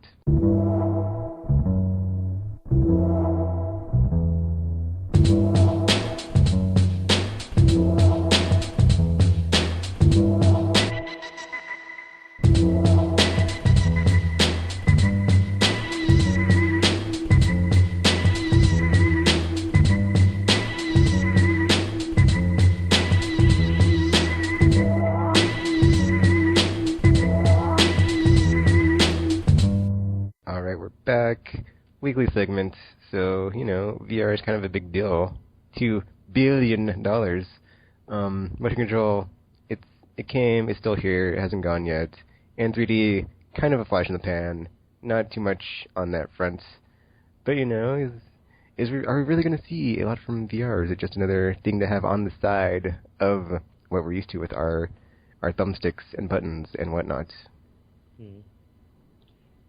I don't know. Should we choose sides? Obviously, I'm choosing controllers because, it's worked for like 20 plus years, and that's kind of what I've been doing for like all my life. And VR, it's like, I see the potential, but I see the limitations as well, so until I can see something that's just like, blowing my mind, or it can apply to way more than just this type of thing that's first person, and it's so immersive, and how does this add to all the other stuff that's already there and existing? It's like, it feels very ethereal and vaporous to me. Of like, oh, this could be really awesome, but right now it's just some magical hype cloud that's just yet to solidify into a solid object. Yeah, I kind of have to agree, because it's like if I don't see anything that looks remotely, different from like, everything you've seen for everything else. Like when motion controls first came out, and pretty much everybody was knocking on the Wii because it's like all waggle or whatever. But even once they started implementing, I guess, like more powerful motion systems with like Kinect and the Move, you still didn't see people like jumping on that to even do anything. Crap, I don't want to use the word innovative because I really don't like that word for stuff like this nowadays. But it's like, you didn't like. I didn't see people just. You could say iterative. It adds on. I guess. Yeah, that's, no. It's not. Yeah. Oh, it's like, well, no. But it just didn't. Crap, I'm just gonna have to use it. I'm sorry. So it just didn't just like there weren't like any like things that were like innovative that were coming out forwards. And I feel like a lot of the times when these people get all excited about this next new technology or whatever, they kind of just jump on the basic part of it and then cling to it and never do anything, beyond that. So then most things are pretty much just like waggle controls or nothing, special. Because it's like every once in a while you will get like the one game or something that does try to do something interesting with the tech. Like, because I mean I've played games like the Trauma Center games or whatever, or I can't think of anything else. But yeah. but yeah, I'm sure they're out there. But it's like anytime I feel like anybody introduces like new tech like this, it's like I want to be optimistic, but at the same time, you can't get too like excited, because then the same thing inevitably happens unless like the first party decides to step up and do something. So I don't know. So I'm kind of like on the side of not being all for the whole VR thing. I'm sorry, but yeah. Surprise! Oh, really? We're gonna play this game. I'm sorry, I'm not. I don't put the little hype train, Dropsicle. Sorry, I'm being realistic. Well, see, I think the difference this time is that a lot of the hype is coming from developers, who are mostly the only people who have used them. And that is a huge difference between motion control and 3D. I guess we can throw in Kinect too, just because another, some would say, failed experiment. That's true. Yeah, because a lot of the excitement is coming from developers this time. Whereas before, it was more, yeah, Dude, it seems like there's a lot of people like I really guess I would hyped say like for Wii. game developers are the ones who are excited for it. Because with the Wii, I don't remember people saying, "Oh, this is gonna totally change everything."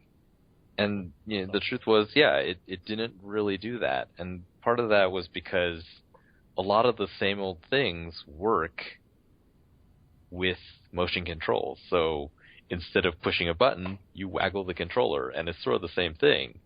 And it's a very safe bet. It's like, yeah, waggle controls, push the button, do the same thing. So we can just replace them, use them interchangeably, and we can very easily use this novel thing that people want to use while still not spending a lot of effort to do something really different with it. And so a lot of people did that, and then that I think that really killed it. Whereas with VR, a lot of the same old just doesn't work. I mean, it's really simple things like the crosshairs in the middle of the screen. Where do you put that in VR? Like, where does it exist, really? HUDs.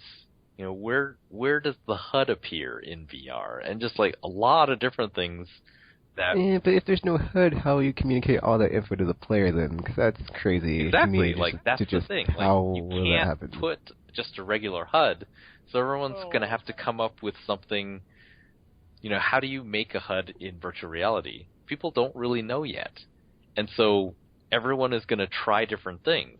And some of them will work, and some of them aren't going to work. Well, why wouldn't you be able to use a HUD like you would in any first-person game? I mean, Because it's not like... it breaks the immersion. Yeah, where does it exist? You could put on let's say you're dual-handing a game. Yeah, it'll be on you your put arm. Map you to look at your arm. like the Halo gun ammo count. Yeah, look at that. Like look at the gun. Yeah, that would be pretty cool. But that wouldn't that require like extra? Well, I mean, I guess you could just have you look down at your arm. But I was going to say, wouldn't that require like extra equipment to implement stuff like that or something? No, I mean in virtual world, it's on your arm. Well, no, I know what you meant, but I mean, yeah. Like, but you need you need an actual controller to have. I mean, like something for the VR know that you're trying to check that kind of stuff, not. Yeah, like a literal armband, like a Wii pad connected to your arm or something. So it's not like those are the things. Well, the PS4 See, that would be cool if like you could like in that. conjunction use the camera, with the VR thing, and that would be really cool. Because I'm not sure if the cameras are good enough right now. Well, it's a 3D camera. It might be. Yeah, it actually. Well, I mean, regardless of how that works out, it's just these are all things that have yet to be answered. Mm-hmm. And well, so that also means that somebody's going to actually have to try to answer them, and and a lot of times developers can get pretty lazy when they just kind of like, well, I could go through the effort of doing this, or I could just take the easy way out, still make a ton of money, and not even bother trying to do anything special with this, and people will still buy it because that's the difference, though, because that is not guaranteed now with VR. You could do that with motion controls, especially like with Move. You could do that because you're making Resistance 3. It's part of a franchise, so probably people are going to buy it if they're interested in the first two. And in addition, we can put in Move controls, and it doesn't really, we don't have to put much effort into it. We make Move control stuff, so that's an addition to the game, but still, it's the game itself that people is the third Resistance game, so people are going to buy it if they played Resistance 1 and 2. So you could do that. But with VR, it's like, if we're just not going to try and we're just going to do something really lazy, there is no guarantee that anyone is going to buy that. Some people will, but yeah, no. I don't know, Tropical. Hype can be a pretty powerful buying tool when it comes to like marketing and all that other stuff. If people are excited enough, even if it doesn't I don't know. Even if it... So you think people are just going to be randomly excited? Like, hype... yeah. Yes, hype can sell, but you need something to generate that hype. And if everything is really lazy, you don't have hype. So without hype, how do you sell? People have been getting pretty hyped without much now. I don't really think that's gonna be a difficult thing to do. People are being hyped on it because we're seeing some really cool stuff. Like, actually, I think we were talking about with like next gen being like the second coming or whatever. I think this like literally is like VR is the second coming of like the Wii of like people are just gonna be so pumped for it when it comes out and like it doesn't matter what the price. Well, I don't know if it doesn't matter the price, but if the price is like low enough, it could be really like explosive in the like growth of it. That'll be pretty cool. I think 10 years from now when we're talking about this, it'll be like I mean, yeah, I may be like wrong looking back on it, but I don't care because like right now, controller's where it's at. I don't think it's gonna be wrong. VR's like it's too early and it hasn't really been like tested to like see what works here and whatnot. So it's like it's got to go through its baby steps to get to where it like is really awesome. Like if I see like later on it'll be awesome, but like right now it's not to where I really think it's going to be anything to sneeze at in like 6 to 12 months. Yeah, I don't know. Well, maybe 12 to 24. Yeah, I don't think 6 months is going to be something. Because that's really soon. I don't know if that's kind of... Although, it's hard to say. I mean, the Facebook acquisition of Oculus, I think, is actually really exciting because Facebook has money. Before Oculus, it was going to be like... I don't remember the title. Sorry. It's that story of the giant fighting the little man with the sling. Talking about David and Goliath? Yeah. Did you seriously just forget that? Oh, it's great. I mean, Oculus, they would be sitting around, and, Sony, in order to do the console business the way Sony has always done it, is you need lots of capital because you're making a loss. Every device you sell, you're losing money. And Oculus, they don't have that kind of money, and they have a lot of money, but they couldn't have done that on their own. So they would have had to make money on the Rift, which means that it has to cost more. And now that is no longer the case. I mean, Facebook... I agree with you in that regard. Because like the R&D, they can just go crazy with it. Like Carmack, I cannot wait to see like what like that team comes up with. Like they just well, not infinite money, but like they have like a blank check to just go crazy and like go do whatever they want to with the tech. Now it's just gonna be so crazy. I'm actually curious as to what their kind of like goal was behind, I guess, buying them, because it seems like on the surface it seems like kind of random for Facebook to be buying the VR thing, but then I guess like at the same time, with the way social media works or whatever, and you have games, or not technically games, but like apps like PlayStation Home and stuff like that, which kind of work like social media in like a virtual environment, then it's like, okay, they could probably, play around with stuff like that, but I don't know, dude. I see like where you can make the argument of like, the applications of it to other stuff, but like if you look at I don't want to use the word singularity, but it's like, is it really that much better than what we already have to like be like, oh, I'm on Skype with this person through a VR helmet, or I'm gonna do some surgery on using a VR helmet on this person where I can just look into the scope and blah blah blah blah. Well, it's not. Yeah, it's hard to say right now, but I think it will. I think it will be compelling for some people. I think it's going to be kind of like when before we just had voice chat, and then at some point video was added in, and it was, the distance between people felt smaller, and so virtual avatars, is that going to make it better? It's hard to say. Gamer, do you have anything to add? It's gonna be weird. If it's gonna be like social, it's gonna be like what is it called? Second Life. Ugh. I've never played Second Life. I actually had this weird thought when I thought about that weird creepy VR lovemaking scene from the Demolition Man when they put the VR helmets on. I was like, oh, it's gonna be like that. Something's gonna happen. No. That wasn't VR. Yeah, it was. That was they were not touching each other, gamer. Yeah, that was like mind thing. Yeah, they weren't seeing anything either. Yeah. Wait, what? They were closing their eyes, remember? Well, yeah. Never mind then. I have no idea what's going on. I think you're like that creepy version of or creepy version of the same thing in Lawnmower Man. What I talked about. Yeah.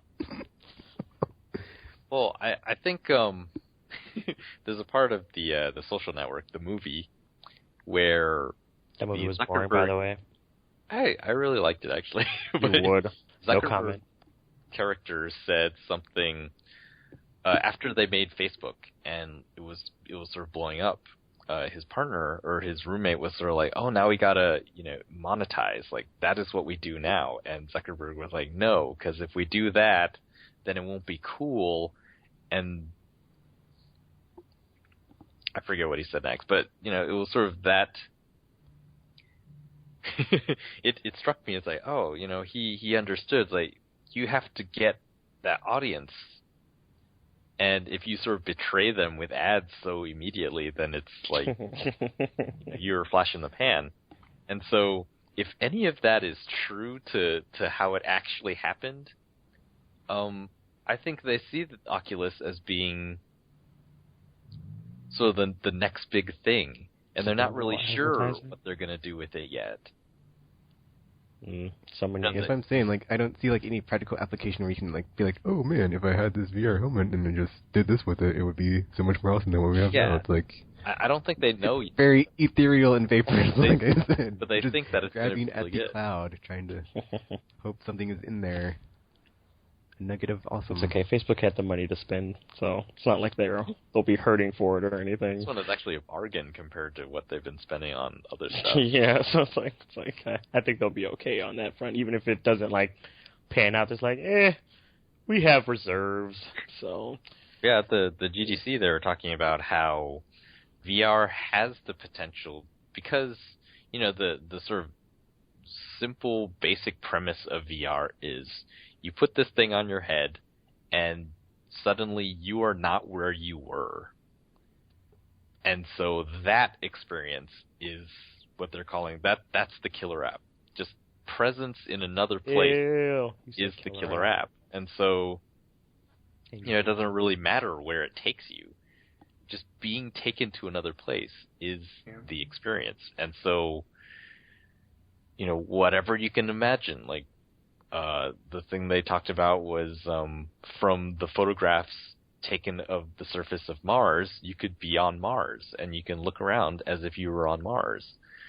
Or Shuhei was talking about the experience being different because it's three-dimensional and it's sort of all around you. And so they showed him a dinosaur demo where he was standing and feeding a dinosaur, and he thought it would be bigger, but actually that was to scale size of the dinosaur. And it's like, well, why would you have that experience? It's because we're used to seeing dinosaurs and stuff on TV, and depending on your screen size and all these different factors, you really have no sense of the size of things on TV. But whereas with virtual reality, you can have a sense of those things. I also said, like, I also like to make the point of, like, these are going to be something completely different than, just slapping on, like we talked about earlier, like some sort of franchise that exists like Resistance, and like be like, oh, here's the VR whatever game, whatever they're going to call them for this, and just it'll be like completely kind of like handhelds are their own thing and console games are their own thing. It's just going to be like own thing of like, oh, here's an experience you have when you put this thing on and you're in there. Yep. Do the headsets have like ear stuff things too, or is it just the vision thing? Since none of them actually exist yet, it's hard to say. Oh. Sony, what they've been doing is they've developed a system where, because they feel like we're the platform holder, so we have to make it easy for people to make content for these things, and they've been doing that for Vita, they've been doing that for PS4, and so for Morpheus, they talked about for sound, they've developed a system for three-dimensional sound spaces. And so normal sound? Yeah, normal sound, basically. Not the sound that we usually get from TVs and stuff. Mm-hmm.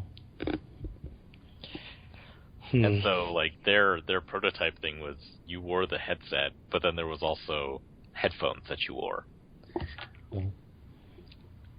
But they want it to be sort of plug and play. So they want it to be, you buy the thing, you bring it home, you plug it in, you put it on, and it just works.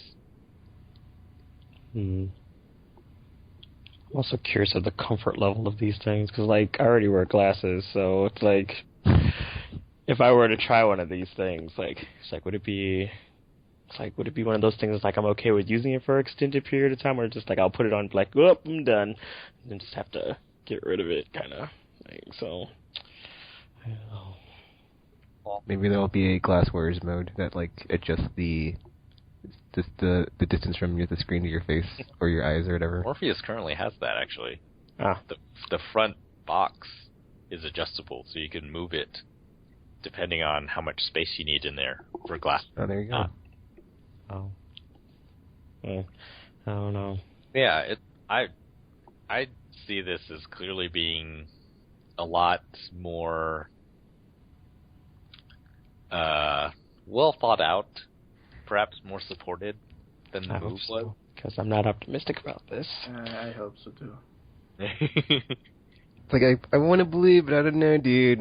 I get the same sense of, oh man, I remember how awesome I thought motion controls were, and I haven't even blinked at like VR being awesome. So I'm like, yeah, whatever. I'm just like, yeah, whatever. I think that they just need third-party support, and it could be okay. Well, I mean, that could be true. Because move support, not anything. A lot of third parties were like, what the hell do we do with this? There was only a few. Yeah. And they basically all had sort of the same thing. Just like them. Yeah, basically. It's a really fancy pointer, which is interesting. Like this last week when they were talking about Move, they talked about it as being, it was sort of ahead of its time. It was a 3D control interface, but we only had 2D games essentially, which is why the pointer part made the most sense and was easiest for everyone to use. Yeah. But in the 3D space, then it makes a lot of sense because the Move can track where it is in 3D space. Yeah. So that's why they're talking about using that with Morpheus. Because, you're in a 3D space virtually, so you should be able to interact with it in a 3D fashion, and the Move controller already allows for that.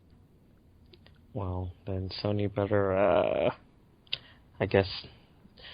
Well, yeah. I mean, I guess it's kind of up to Sony whether or not this is that whole Morpheus thing is gonna be a thing. But how many, like, I guess outside of Morpheus and the Oculus, are there any other like VR thingies being worked on, or are those just like Sony just happened to come out with one and Oculus was like the only main one before? Yeah. So Oculus was the only one. Oculus has been the name in VR for quite a while now. I think it was it 2 years ago that they did the Kickstarter? I don't know. I don't remember.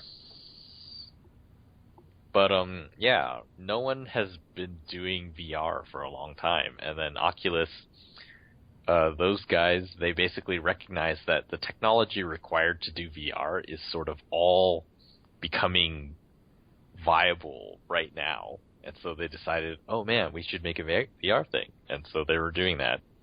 But, Sony apparently has been working on VR for a while too.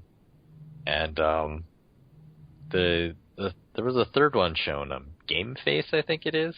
Yeah. It's entirely self-contained, and sort of it's like an Android platform one. And then, the rumor is, that Microsoft is also working on one. So after they saw Morpheus, they were like, oh yeah, we're working on something like that too. Of course they are. And we have been for a while. No one can say any different.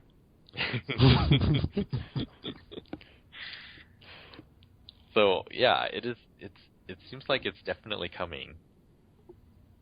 Well, none of them are out yet, so do we even have an idea of the time frame of when the first one will be out? No, I think it's really hard to tell because there are. And then I think with the Oculus, like with getting funded now, it's going to be even longer than what it probably initially was. So who knows? Well, Facebook apparently, so their public statement is that Oculus, they already had a plan before they got bought. They had a plan, and so Facebook is saying that they're going to accelerate that plan. And, that makes sense for Oculus. I mean, they can. It would be great for them to come out as the first one since they were the first name. Otherwise, I don't know, you get some of your thunder stolen if you come out second. Sony has said that they're not actually sure if they're going to release Morpheus anytime, just because I think it's because they don't know the answers to all these questions yet, and because they're also, I think, really sensitive to price now. Since I was about to say, like, none of this stuff happen. none of this changes that it's still a risk-averse industry of, this could be a complete flop and just fail. Yeah. So we could be like years off from these things for all we know. Yeah. Because if you're talking, well, they said if Morpheus comes out, it will be for the PlayStation 4. So, well, I mean, well. so that means at least a 7-year window of release there. Years. So I mean, but then if you look at what they talked about, and it was things like, oh, we want it to be plug and play, really simple out of the box, and if you think about what that complete package requires, that's a PlayStation, that's a camera, that's a headset, and a lot of money. The current headset is like, well, it doesn't have sound, so you'd have to have some sort of sound solution there. And then controls, like DualShock 4 works, so they'll probably just include that, and if you want more, then they'll gladly sell you extra moves.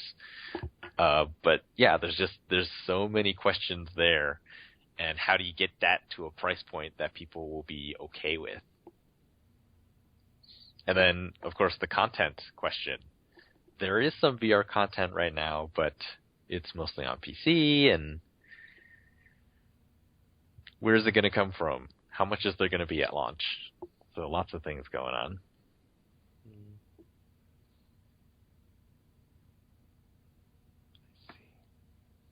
See, I think in time this will be awesome, but right now it's just like, I need to be proven that it will be awesome. yeah. And I just don't believe. Well, I want to believe, I just don't. Yeah. What if BioWare recreates the Normandy and the Citadel? See, Gamer, I was thinking about that. I was like, I would like to go to the Presidium on the Citadel and just walk around. Just imagine, like, you can actually see a Krogan up to scale. Like, how big is the Krogan? Oh, he's huge. Well, I mean, you have a general idea of how big they are next to some of the characters who are human-ish. But are they, the superhumans of the future? All the short people were bred out of extinction? Or extinction? I'm not sure that's how that works, but bred out of the population and to extinction? Because I'm almost sure there'd be kind of a backlash if people tried to start discriminating against short people. Well, they say our ancestors were shorter. Well, that's just because we probably have needed to be taller. So exactly. That doesn't mean they've gone out of their way to... I don't think we need, like, super tall people in the future. Like, what the hell? Yeah, so, so there's the question, like, what is the thing that will convince you to view? I mean, obviously hands-on experience, but, like, what is the thing that you would see and be like, oh my gosh, this is totally not Connect or Wii or... Right now I can't say. I'm just too jaded from, motion controls. It's like, I thought, that ship sank and just, like, crushed my heart of, oh, dude, this looks so awesome. Like, seeing it that first E3 with that dude playing it with Miyamoto, and Tennis was like, oh, man, this is going to be so awesome. And years later, yeah, let's just... That thing was awesome. It's just that nothing else. Everything else, I must say, everything else is good. Exactly. That's the problem. Is like there's all this potential, but is like anybody gonna try to take advantage of it, or just rest on their laurels and be like, yeah, it's okay. We can't afford it. It's too risky. Activision. So you can't, because with motion controls, we've talked about it a lot. And none of us... I know, Tropical, that's the thing, though. I don't like to hype myself up only to be let down. So I'm not doing it again. I'm not doing it again, Tropical. I'm over it. VR can suck it, okay? Until it proves to me that it's awesome. It's like, I'm not playing this game, Tropical, okay? I already broke up with Nintendo over stuff like this, and it's not happening again, okay? RPG? Anything? There's not really... I don't know, there's never really a thing for me that'll... like, get me on board. I just, like... well, no, that's true. Well, So yeah, like console, recently, but it's I bought a laptop for Diablo, but not just for Diablo. So, it's like, what is the thing that will push you over the edge? Assuming that there is other stuff. Okay, actually, I did think of something about wait for RPG to go. Well, yeah, like I was saying, there's never really a thing that'll, I guess, I don't know, because it's hard to say it's like what's going to push me, because I don't think there's even been things in the past where I've seen, or that I was like, okay, I'm going to buy this for so-and-so or something. I just happen to have seen like a game that uses like a tech well when I played it. Kind of like when I had my DS, I never initially was like, okay, this whatever they showed me is just gonna make me all excited for it. Yeah, I just bought it because I was like, yeah, it's a Nintendo platform, why not? And then and then there were like some games on it, like The World Ends With You, like made clever use of the DS system. I was like, okay, this is cool. But then at the same time, I was like, well, not a lot of other games actually do this. But now it's like I kind of want it, so that kind of ruined the experience for other games because it's like, okay, because no one else is doing this, so it's never like something I see initially. It just kind of just happens, I guess. It's never a I don't know. I don't think I've ever actually had like a thing that made me be like, yes, I'm on board with this, and I kind of want to get this now because of this. So I don't think there's ever something like that kind of thing. I'll probably, because it's like something I'll just end up getting down the line or something and just hoping for the best kind of thing. So yeah, for me, it's like, besides time, because clearly as time goes on, this is going to be more awesome, they could, just somehow incorporate the camera and then come out with some crazy peripheral where it's like, oh, hey, put on these gloves, or these shoe thingies, boot thingies, or this vest, or this bodysuit, and be like, oh, now you're in the game, because it can see you, and you're in the virtual realm, and you're totally immersed, and stuff's going down. And then, the creepy, weird experience I'd like to have would be some sort of dating sim, and I'd be like, hey, and it'd be like, not only would you be able to have your, or like, and like there'd be some like weird sort of like, headset thing on the VR thingy, and it can hear you, and you can be like, hey, how's it going? Or do you play video games? And let's have a conversation, because I had to get my Identify Dream in the Sky game, but I can still have my VR dating sim, like, oh my god, dream craziness thing, and it's like, yeah, we're just gonna sit here and talk about stuff, and I never was good with the ladies, but you're a virtual lady, so it's completely different. And we can just share our secrets, and I'll tell you about me, and you'll tell me about you. And yeah, it'll be creepy, and nobody else will know, and I'll never tell them. Until they start sharing all your stuff on Facebook because it's like oh my, oh my. But I don't know. That's a problem. I'm kind of against this whole like maybe body. That's why you don't go for Oculus. Did you see what Notch said about, he like doesn't trust them, and he's like, yeah, not even like working on Minecraft. Yeah. Was he actually serious about that though, or? Yeah, he is like that. That's pretty crazy. Yeah. I never played Minecraft also anyway, didn't help so you have no company that just shit sells and shares people's private information, taking over your product like that. That is that in like you're gonna put it on your face and it'll be like, oh, this is what you look like. I'm totally not sharing what your picture is to somebody or whatever. Although there's no guarantee that like Facebook's going to be like super involved in anything that the Oculus people do. Though they could have just been, just like, hey, I want to fund you because you seem like a cool company kind of thing, and just be pretty hands off. That's why I don't understand why he would be so like up in arms against it though. We live in a very paranoid age RPG when people are just like, no. I guess. Does he have a Facebook page? Probably. Because possible. That'd be a little... Yeah, I know. I read a lot of Twitter tweets like that.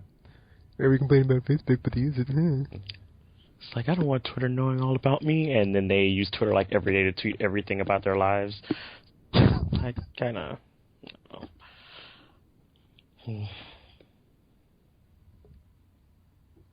I guess just like... Well, I've been saying this for a long time with like the Valve controller. I just need to have hands-on with it, and then go from there. But until then, I'll just be like, that's okay. I'm not pumping myself up. I wonder if they would have like kiosks set up in stores and stuff for this kind of thing. They have to. Yeah. They have to.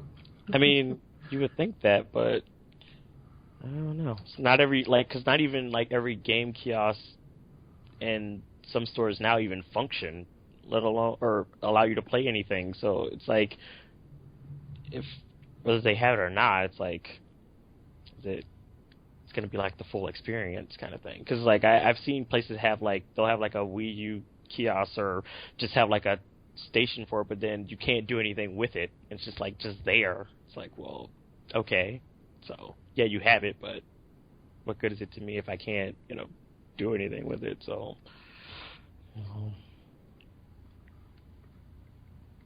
Slightly off topic. You know how the new PS4 kiosks all have a Vita next to it? Like it's on the same kiosk? Yeah. I think at some point they're going to do a remote play thing on there. But anyway, yeah, Gamer, do you have a one thing that would push you over on VR? He's probably going to buy it anyway. No. No, I'm there day one. See? I told you. We're already there. It's like that wasn't even a question. He's totally going to buy it anyway. Take my money. Well, they kind of already did if you backed on Kickstarter, just saying. Thank God I didn't. Whew. I would be pissed. Well, no, they still. But I guess that's the point of Kickstarter, isn't it? You helped kickstart this company so that they got bought eventually. Yeah. No, it wasn't the company; it was the product, and then the company was able to benefit from that. Well, so going forward, that could be an issue. I mean, wait, no, how would that Oculus only does the Rift, so there was no Oculus without the Kickstarter. Oh, true. And then, yeah, people have not. I mean, because they still get their benefits from having kickstarted it. It's not like Facebook buying just like completely destroyed whatever was going on for them. So it's not. Yeah. And everyone who paid who backed the Kickstarter got their dev kit. So what is there to complain about? It's like you didn't really invest. Yeah. They should make that an option then on Kickstarter. Would you like to invest in this company? Oh, that's a great area. Because a lot of them just feel like betrayed. Yeah, they're just. This is not the product I backed. Because it belongs to Facebook now. Yeah. And so, they sort of feel like they own it, but they actually don't. I was just about to say that doesn't even make sense. I guess that's a good point, Chapter. It is more of a, there's a word I can't think of, but, this is what Kickstarter is for. It's not for you to feel entitled that you own any part of this. It's to back merchandise. Because you're basically trying to... So you got what you needed, you got what you wanted, so stop bell-aching and crybabying about it. You can't feel betrayed about something where it's like you're trying to help bring this product into existence. This wasn't like you were, buying shares in their company and helping them make decisions and stuff. It's like you did what you needed to do, and then they just happened to have gotten more money to help them out. So it's not like... It's not just like... I guess it's a good point. Like, if Unsung Story somehow was picked up by a publisher magically and was like, oh, we're going to distribute this game across all platforms, so you didn't even need a Kickstarter. But, the Kickstarter people, you'll get your free game on whatever platform. But it kind of was needed now. But that's cool. Whatever. So, and I'd have to eat a you're still in the credits of those games. Yeah. Oh, yeah, I'm still in the credits. Yeah. Are you you're gonna be in the credits second? Yeah. But it's like you can't feel betrayed over something like that. You didn't own the company. You didn't own any part of it. You just helped make this product happen by giving them money to do it. It's not the same thing. So. Yeah, they should feel proud. Like it actually got to this point where it's like they actually could make it happen. It's like they should feel like they lifted them onto their shoulders and carried them through the streets. Yeah. And then, it's like if anything, it's like had you not funded them, then it's like this probably would not have happened for them. So. Yeah, there would. Do you think there would still be Morpheus if Rift didn't go through? No. No. Well, maybe, but it's debatable because it's like it's gained so much like following or whatever that it just seems like this is like the natural course of where it was going. They probably wouldn't even care though if it didn't get that like it did.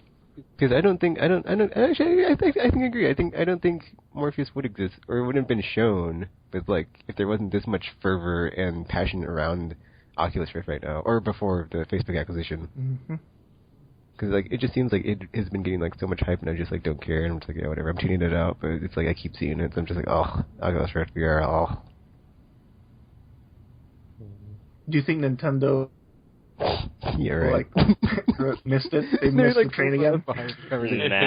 I don't know if Nintendo even is at that they don't train even have station, the, because they've always been just kind of just been riding their own train to whatever destination they decide to go to in each generation. They've never been like, well, if everybody else is doing this, we should try to do this too. It's kind of just like, we'll just make something. Hope anytime soon. Yeah, I don't even think unless they're like, oh hey guys, Virtual Boy 2. It's like, yeah, right. I don't think it's even on their radar after. So they're probably just... It wasn't on their radar until Sony did the thing, and then So then after Microsoft does it, they're we'll like, see. well, Microsoft. I don't know. I don't think Microsoft. They will. I know they will. You know they will. Microsoft definitely has a follow the leader mentality when it comes to if it's like, oh, this looks like it's gonna sell. All right, pour money into it, guys. I mean, just like a Kinect gamer. Come on. No, the biggest problem. Where did the Kinect come from? Oh, look at the Wii. Look at the Waggle. The biggest problem with the Xbox One is that they can't push 1080p.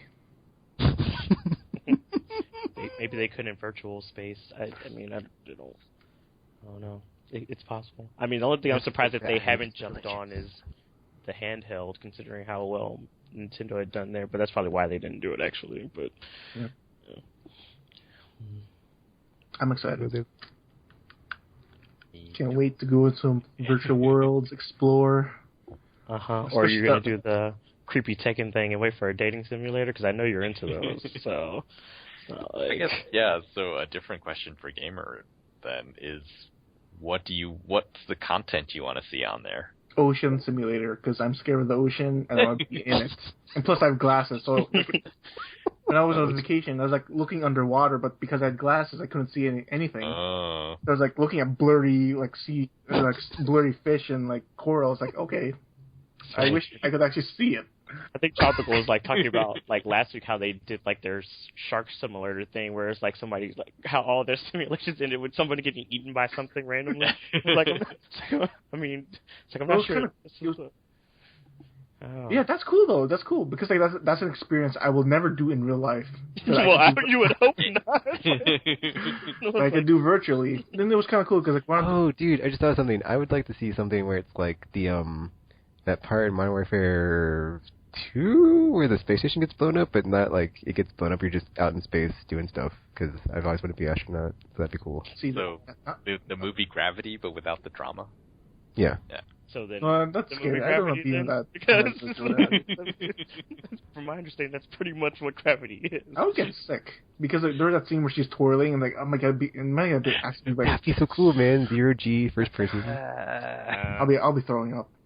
This is why you're not... it's interesting. There was an article about it. It was an interview, and they asked like, "How are you dealing with the motion sickness thing?" And their answer wasn't like, "Oh, we dealt with it." It was they talked about how it depends on the person. Like, there's gonna be some experiences. Like, if you're in first person and you do a barrel roll in like a fighter jet, a lot of people are gonna get sick. Like, fighter jet pilots don't, though, because they've been conditioned. So but the thing is, like, that's not necessarily something you want to eliminate, because immersion might actually cause you to get sick. And maybe that means you just don't opt for that type of experience. But they think that those experiences will exist because some people, they do want sort of those thrill rides or, a virtual reality roller coaster, maybe.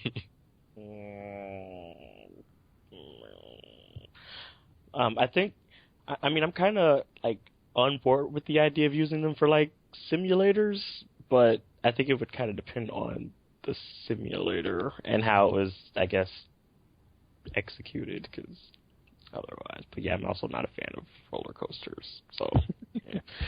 But yeah, that could be interesting. Exciting. Alrighty, so the line is drawn yet again. Aimless, Babble Z, Civil War, somehow Tekken and RPG are on the same team versus Tropical Game. As rare as that, not rare as that has happened now. It's like, I don't know. Although I'm usually against Tropical too as well, so. Yeah, I don't know how that always happens. Because I am the ever optimist. I'm just realistic. You can call it what you want. The anti-hater? Or the non-hater? I'm just of everything. I'm just realistic. Tropical loves to love things like fun and stuff. That's not. Hey, I like. Or yeah. I'm all for fun. I'm just realistic about what kind of fun can be had with something. It's not like setting people on fire, or Hey. killing people in The Walking Dead, hey, or breeding your teammates, or other good stuff like that. Yeah. or wait, what? So much fun. Breeding your teammates? I was like, wait a No, minute. berating, not Oh, eating. I was like, what? He said breeding. I heard that. It said okay, berating. I was like, It said did you berating. say breeding? Press the share button. Like,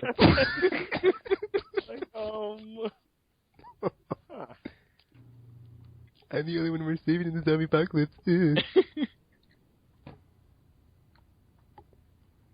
Alright, so I guess we're done with our whole VR and whatnot discussion, and we'll be coming back after this with the news.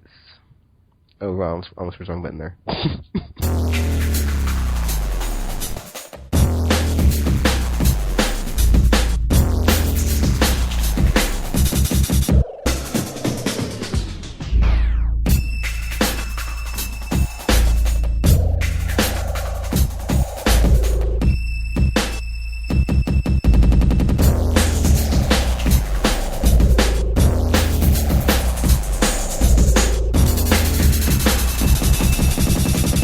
Thanks, Pamela. So yeah, we're back with the news. Tropical, take it away. Sure. Well, continuing off our previous discussion, Facebook bought Oculus for $2 billion, sort of out of the blue.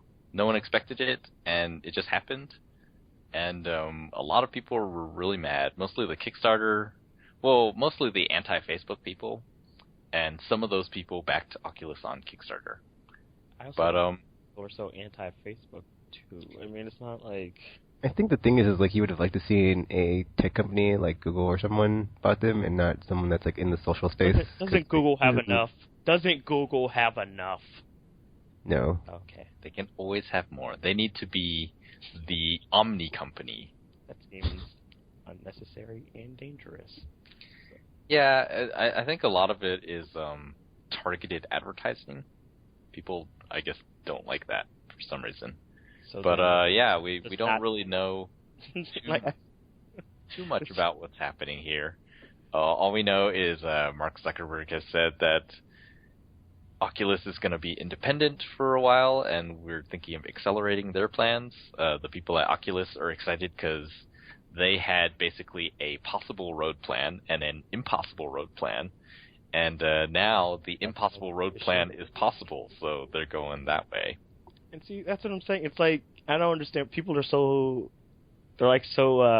hung up on this whole Facebook thing, but it's like, I feel like the Facebook people aren't even going to be like that involved with Oculus. It's like we had the money and we thought the company was cool. It's not like, yeah, we're going to take them and just start, putting in subliminal advertising in everything they ever produce and stuff like that. So it's like relax, people. It's honestly, well, that is kind of like part of the course for the internet, though. It's just like hyperbole the instant something is announced, and like knee-jerk reaction of the world is doomed and we're all gonna die. And, oh my gosh, this is the worst announcement ever. Because I mean, So, yeah, if anything, to be expected. at best, Facebook is just going to get money from Oculus selling stuff. They're probably not even that concerned with it, like putting any extra effort into it beyond making sure they happen, kind of thing. It's hard to say. And the New York Times is reporting that Facebook is going to redesign and rebrand the Rift. So it loses sort of its coolness factor there, I think. That's a problem. The Oculus logo looked kind of cool on it, but then it's going to say Facebook on it. That seems sort of... Yeah. I read somewhere that they're not going to do that. Yeah, I don't know. No one really knows. Like, those are the reports that you're seeing, or we're seeing. Maybe we'll see something in E3, Focus soon on that, then. Not That would be creepy as hell, Minecraft actually. fame has said that he is canceled the deal that they might have done for an Oculus version of Minecraft because he thinks that Facebook is creepy. And because, like, he says that... He said over his Facebook page. Yeah, Facebook is all about getting more users. And so nothing in their history suggests that they're interested in anything else beyond getting more users. And so he's like, yeah, I don't want to do that. I want to work in games. And since they're not a game company or a tech company, he just doesn't want to deal with them anymore. Maybe somebody can, His goal not to get muscle in here and be like, so, we got this Morpheus thing. Check it out. Here's the API. There are a lot of developers who are pretty excited about it because, I mean, obviously Facebook has resources and multi-billion user base that they can reach, so things could be really bright for the new device, whatever it may be called in the future. Would they get free advertising on Facebook? Actually, thinking about it now. It's like, because I feel like that could be pretty beneficial for them. That would be that would be a huge ad gain. What would casuals do with Oculus Rift? They wouldn't even care. It's like, oh, next big thing. Let me hop on that. RPG's right. It's not even the same thing to do with everything. Yeah. Forget about it 15 minutes later. It's like, well, I have it, and I'm bored. When's the next thing happening? But it won't matter by then because we already have your money. So. Well, there's been a lot of talk about sort of the applications of VR beyond games. Things like the examples were something like, oh, you could visit the hotel that you're maybe thinking of booking a room at before even going. You can do virtual tourism is a thing that they've talked about a lot. Things like VR, sort of like the Xbox has or they used to have the party thing where you could watch a movie together with a party. And so you could do that in VR. Well, who knows? I will just say, I will refer to my statements in the last segment to that. So yeah. Who knows? The Vita just got a new system update up to 3.1. Oh, it did. Let me turn it on. 1.0, is it? Yeah, it's going to get another one. Yeah. Soon. Why? So 3.10 added the ability, or apparently the update went out to PS Vita TVs as well, which we don't have here in this hemisphere. Not yet, anyway. But it added DualShock 4 support to the PS Vita TV, so that's really cool. On the Vitas that we have in North America, it added the ability to manage your content on the system, much in the way that the PS4 allows, so that's a bit more convenient than what we used to have to do. It has... Wait, you don't need the content manager thing and being hooked up to something anymore kind of thing? Or is there... Yeah, like Content Manager has another sort of section that shows you how much of different types of content is taking up on your memory. Oh my god, that's like the best thing ever because... Yeah, it's seriously, that whole... Pretty great. Huge improvement. That's like one of my least favorite things with the content managers is I have to go through all that. Just like, oh my god, who designed this? Like, how do I transfer my game save? What? It also adds support for up to 500 little bubbles now on the menu screens.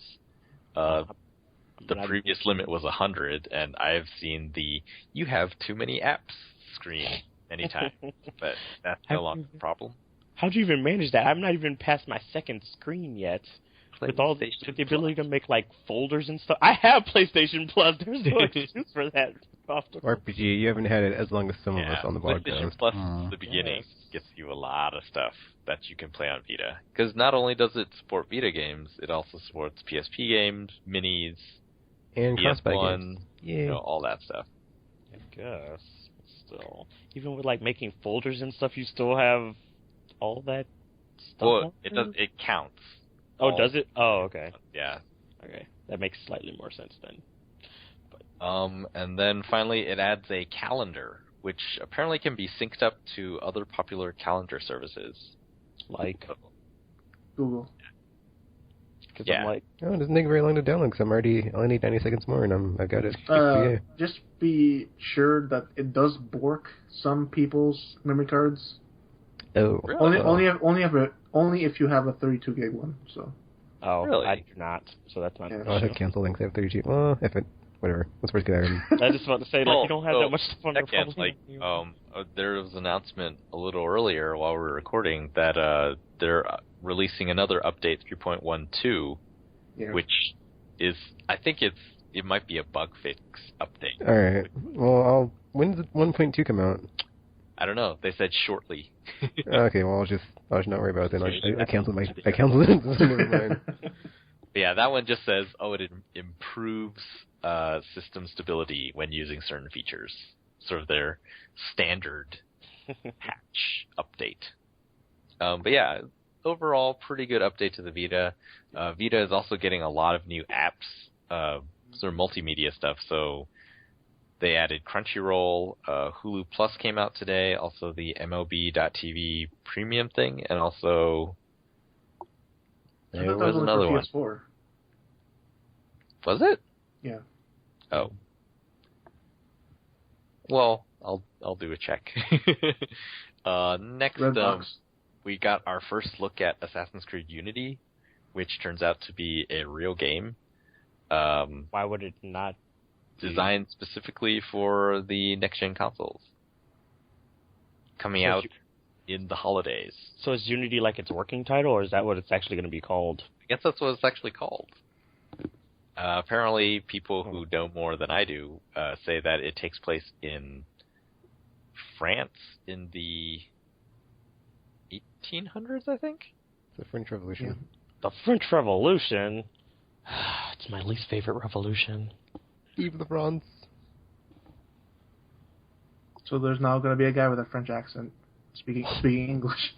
Yes. I mean, they do speak English in other places, gamer. I mean, and besides, it's probably... I think I can't play some of this stuff. Oh, never mind. Oh, yep. All right. It's all like so MLB.TV Premium is a new PS4 app. The other one for PS Vita is Redbox Instant by Verizon. I never use Redbox. Is Crunchyroll free for use on the Vita, or is it still the same way where you only get... Oh, meh. Samples. Meh. There's a report coming out of a Turkish website saying that the who is this? PlayStation's Eurasian software marketing manager says that The Last of Us is coming to PS4 both physically and digitally during the summer. Wait, what's coming to PS4? The Last of Us. Huh. The PS4 version will include all the DLC, and you can play Left Behind as well. Isn't Left Behind the DLC? Yep, but there's other DLC as well. Oh, so I was like... So it's hard to say if this is true or not, because it's sort of a rumor, but it came out of a guy who works at PlayStation. Somebody's so getting fired. Oh yeah, just like the rest of Europe. Wow. Stuff, man. Sony's been rough. Yeah, not really sure what's going on, but there's a lot of layoffs going on at different Sony worldwide studios. The latest were Evolution, people making Drive Club, Studio London, which most recently made the Playroom, and the third studio. Wasn't there also like a defection at Evolution Studios? Like a bunch of people left to go make like indie stuff? Yeah, the founder of Evolution went, and they formed a indie game or a digital entertainment studio called Starship.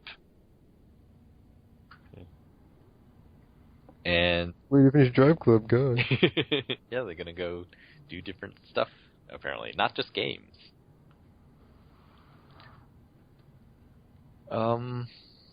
What else? The Titanfall bundle keeps getting cheaper and cheaper. First, Walmart was selling it for $450, and then Best Buy followed suit, and apparently Amazon matched that for a little while. Then earlier today, I saw a rumor that, and I couldn't get to the site, but some other retailer was selling it for $440. It was Newegg, wasn't it? Was it Newegg? I thought, yeah, that was one of the links. Okay. Well, I don't know if it's specifically Newegg, but Newegg was one of the people that was getting cheaper and cheaper. So, yeah, not sure what to make of that there. But that's cool if you're looking for an Xbox One. You shouldn't be. Yeah, you should stop looking. Stop looking. We're just waiting until E3. We're like just months away anyway. We are pretty It's close. just got announced at $400 price point, so. Or the Connectless version, anyway. That's not gonna happen. It could. Because, I mean, Well, then we all know the they- people are clamoring for the Connect and everything. Then I guess we'll just add 90 degrees onto their 180 and call it 270 now. You know, they could just like, because they're so focused on, oh, you could use your voice. They could just put a microphone in the controller. Yeah. And just, you could use your voice controls from that. It's like, you don't really need Connect, because the motion stuff, it's not used in any way with Xbox One, so. Unless you're an idiot. Isn't it to, like, scroll? Yeah, but it's easier to use your voice, though. That's the thing.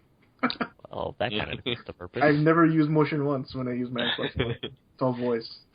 Apparently, the way that the Xbox One controls all of your home theater stuff is the IR blaster, which is part of Kinect. Yeah, true. So without Kinect, then they can't do that. But it's weird because the Xbox One has an IR thing, or is it just a thing that shoots out? Oh yeah. I'm not sure how it works. But so yeah, if they don't have the Kinect, then it's not really the all-in. It's not even an all-in-one thing, but it would be even a less all-in-one thing without Kinect. Yeah. Very, very strange choices led to this. It's sort of weird because it seems like Sony is once again benefiting from sort of a perceived public stumble. First it was the Xbox One reveal, and so PS4 benefit from that. And now, like, the Facebook thing with Oculus Rift feels like that all over again with Morpheus. It's like, when are we actually going to see it, this matchup that we keep looking forward to? It's like, oh, it's going to be Rift versus Morpheus. And suddenly it doesn't feel like that anymore. It feels like Rift did something weird and just, like, destroyed their goodwill. Anyways. Cheaters. So, Xbox Live revealed their plans for their reputation system on Xbox One.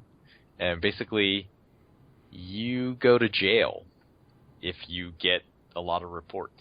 So you will just be matched up with other people who are disruptive of the Xbox Live community. And I just started watching Orange is the New Black. And yeah, that's like going to prison. Isn't it? It sort of is, right? I don't know. Is it the same system that Rockstar uses, or if you're Rockstar a cheater, does that too. You get to a cheater pool, whatever? Exactly. I mean, can you imagine, like, when you think about the psychology of why people do the stuff that they do on the internet that is really sort of annoying to other people is, I mean, I guess we don't really know, but some of the conventional wisdom is like, well, they're looking for a response. And it's like, so what happens when all the belligerent people are in the same place?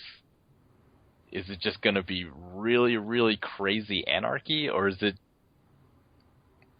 And then when I think about it, it's like, isn't that kind of what prison is like? Like, they put all of the sort of undesirables in sort of shared housing. I don't know. I looked at it. I support this as someone who has wanted some sort of policing anything on this crazy veil of anonymity internet that we all use. It's just so vitriolic and evil. Ugh. Comment sections are terrible all the time. I still stand by my belief that it should have been social engineering of some sort. This feels really heavy-handed to me. It feels like, okay, Xbox is now the police state, and if you're not in line with exactly what they want, then you get thrown into prison with all the others that are like you. They should have... Oh, go ahead. Well, I would have preferred, like, they reveal part of the system is your gamer tag has sort of different colors depending on your reputation. So if it's green, then you have a good reputation, and then there's yellow and red. And sort of, before when I was thinking about... Me. Yeah, it says avoid me. It's like, this is an It's odd red. jump.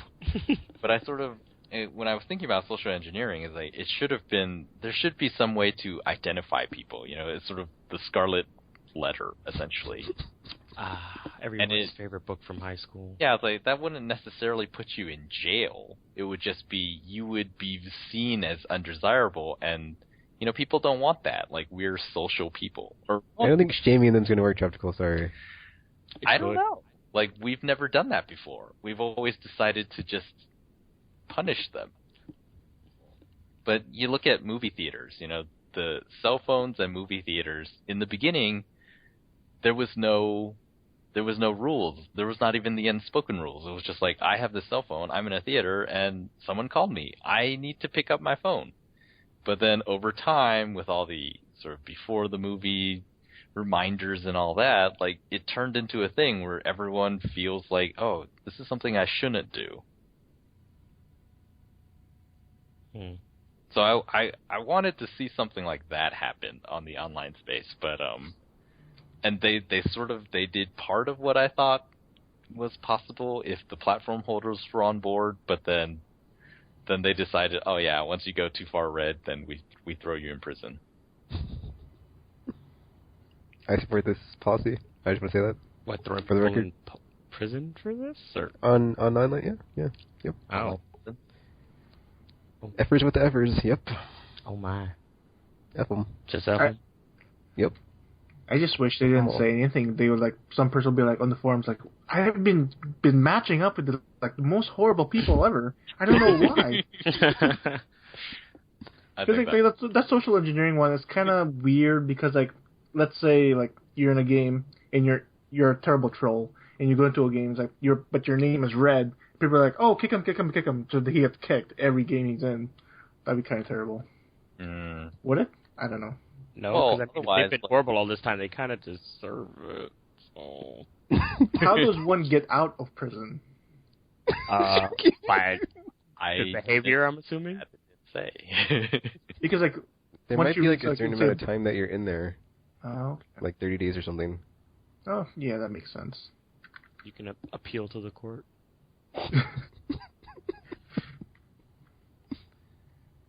Well, in related stories, Titanfall's Respawn and their Titanfall, they have implemented their anti-cheating thing, and basically it's the same thing. They're going to put everyone who is cheating into a cheaters pool. And there's a fun quote from the FAQ on the site that says, you can play with other band players in something that will resemble the Wimbledon of aimbot contests. Hopefully the aimbot cheat you paid for really is the best, or these all-cheater matches could be very frustrating for you. Good luck. Huh. Actually, I think Killer Instinct Gold, I mean not Gold, but whatever the Xbox One is, doesn't, I think it also uses this policy. Oh. There was something that came out about this, like, when it was out. Think? Yeah, about, like, the cheaters for their cheaters thing. How can you cheat in a game? I don't know. Or just being a jerk, I guess. I don't know. Oh, yeah, okay. Maybe you can mod your character. Well, this one was talking about the PC version of Titanfall. Yeah, PC version. Thank God they did that. That would be... Because, like, it's kind of annoying fighting against an aimbot. So it's cool. Is it?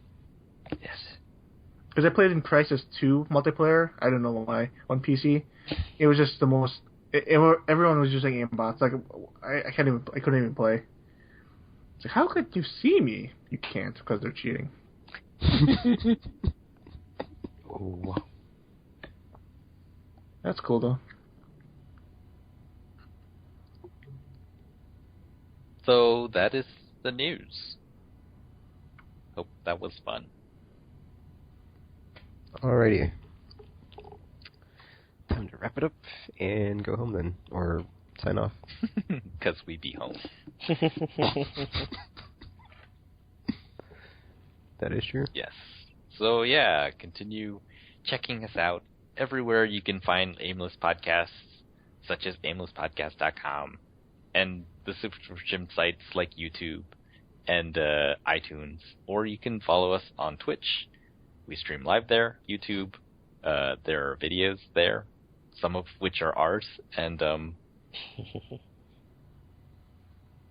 probably something else. But yeah, check us out. RPG. Bye. Gamer. Bye-bye. See, like Tactical said, check us out wherever on the internet. And, oh, we have a special guest next week, actually. So, if you've listened to the whole thing, tune in next week to see who's the mysterious guest on Aimless Babble. See you next week. Who could it be? Could it be Gamer 12 again? Could it be somebody else? I mean, it wouldn't be much of a mystery if you just told them that it's going to be Gamer. That's why they wait. No. That's why they wait. I know who it is. To find out. Wait, who is it? Or tune in next week, then you can find out on the next episode of Aimless Babble Z. Just another quiet day.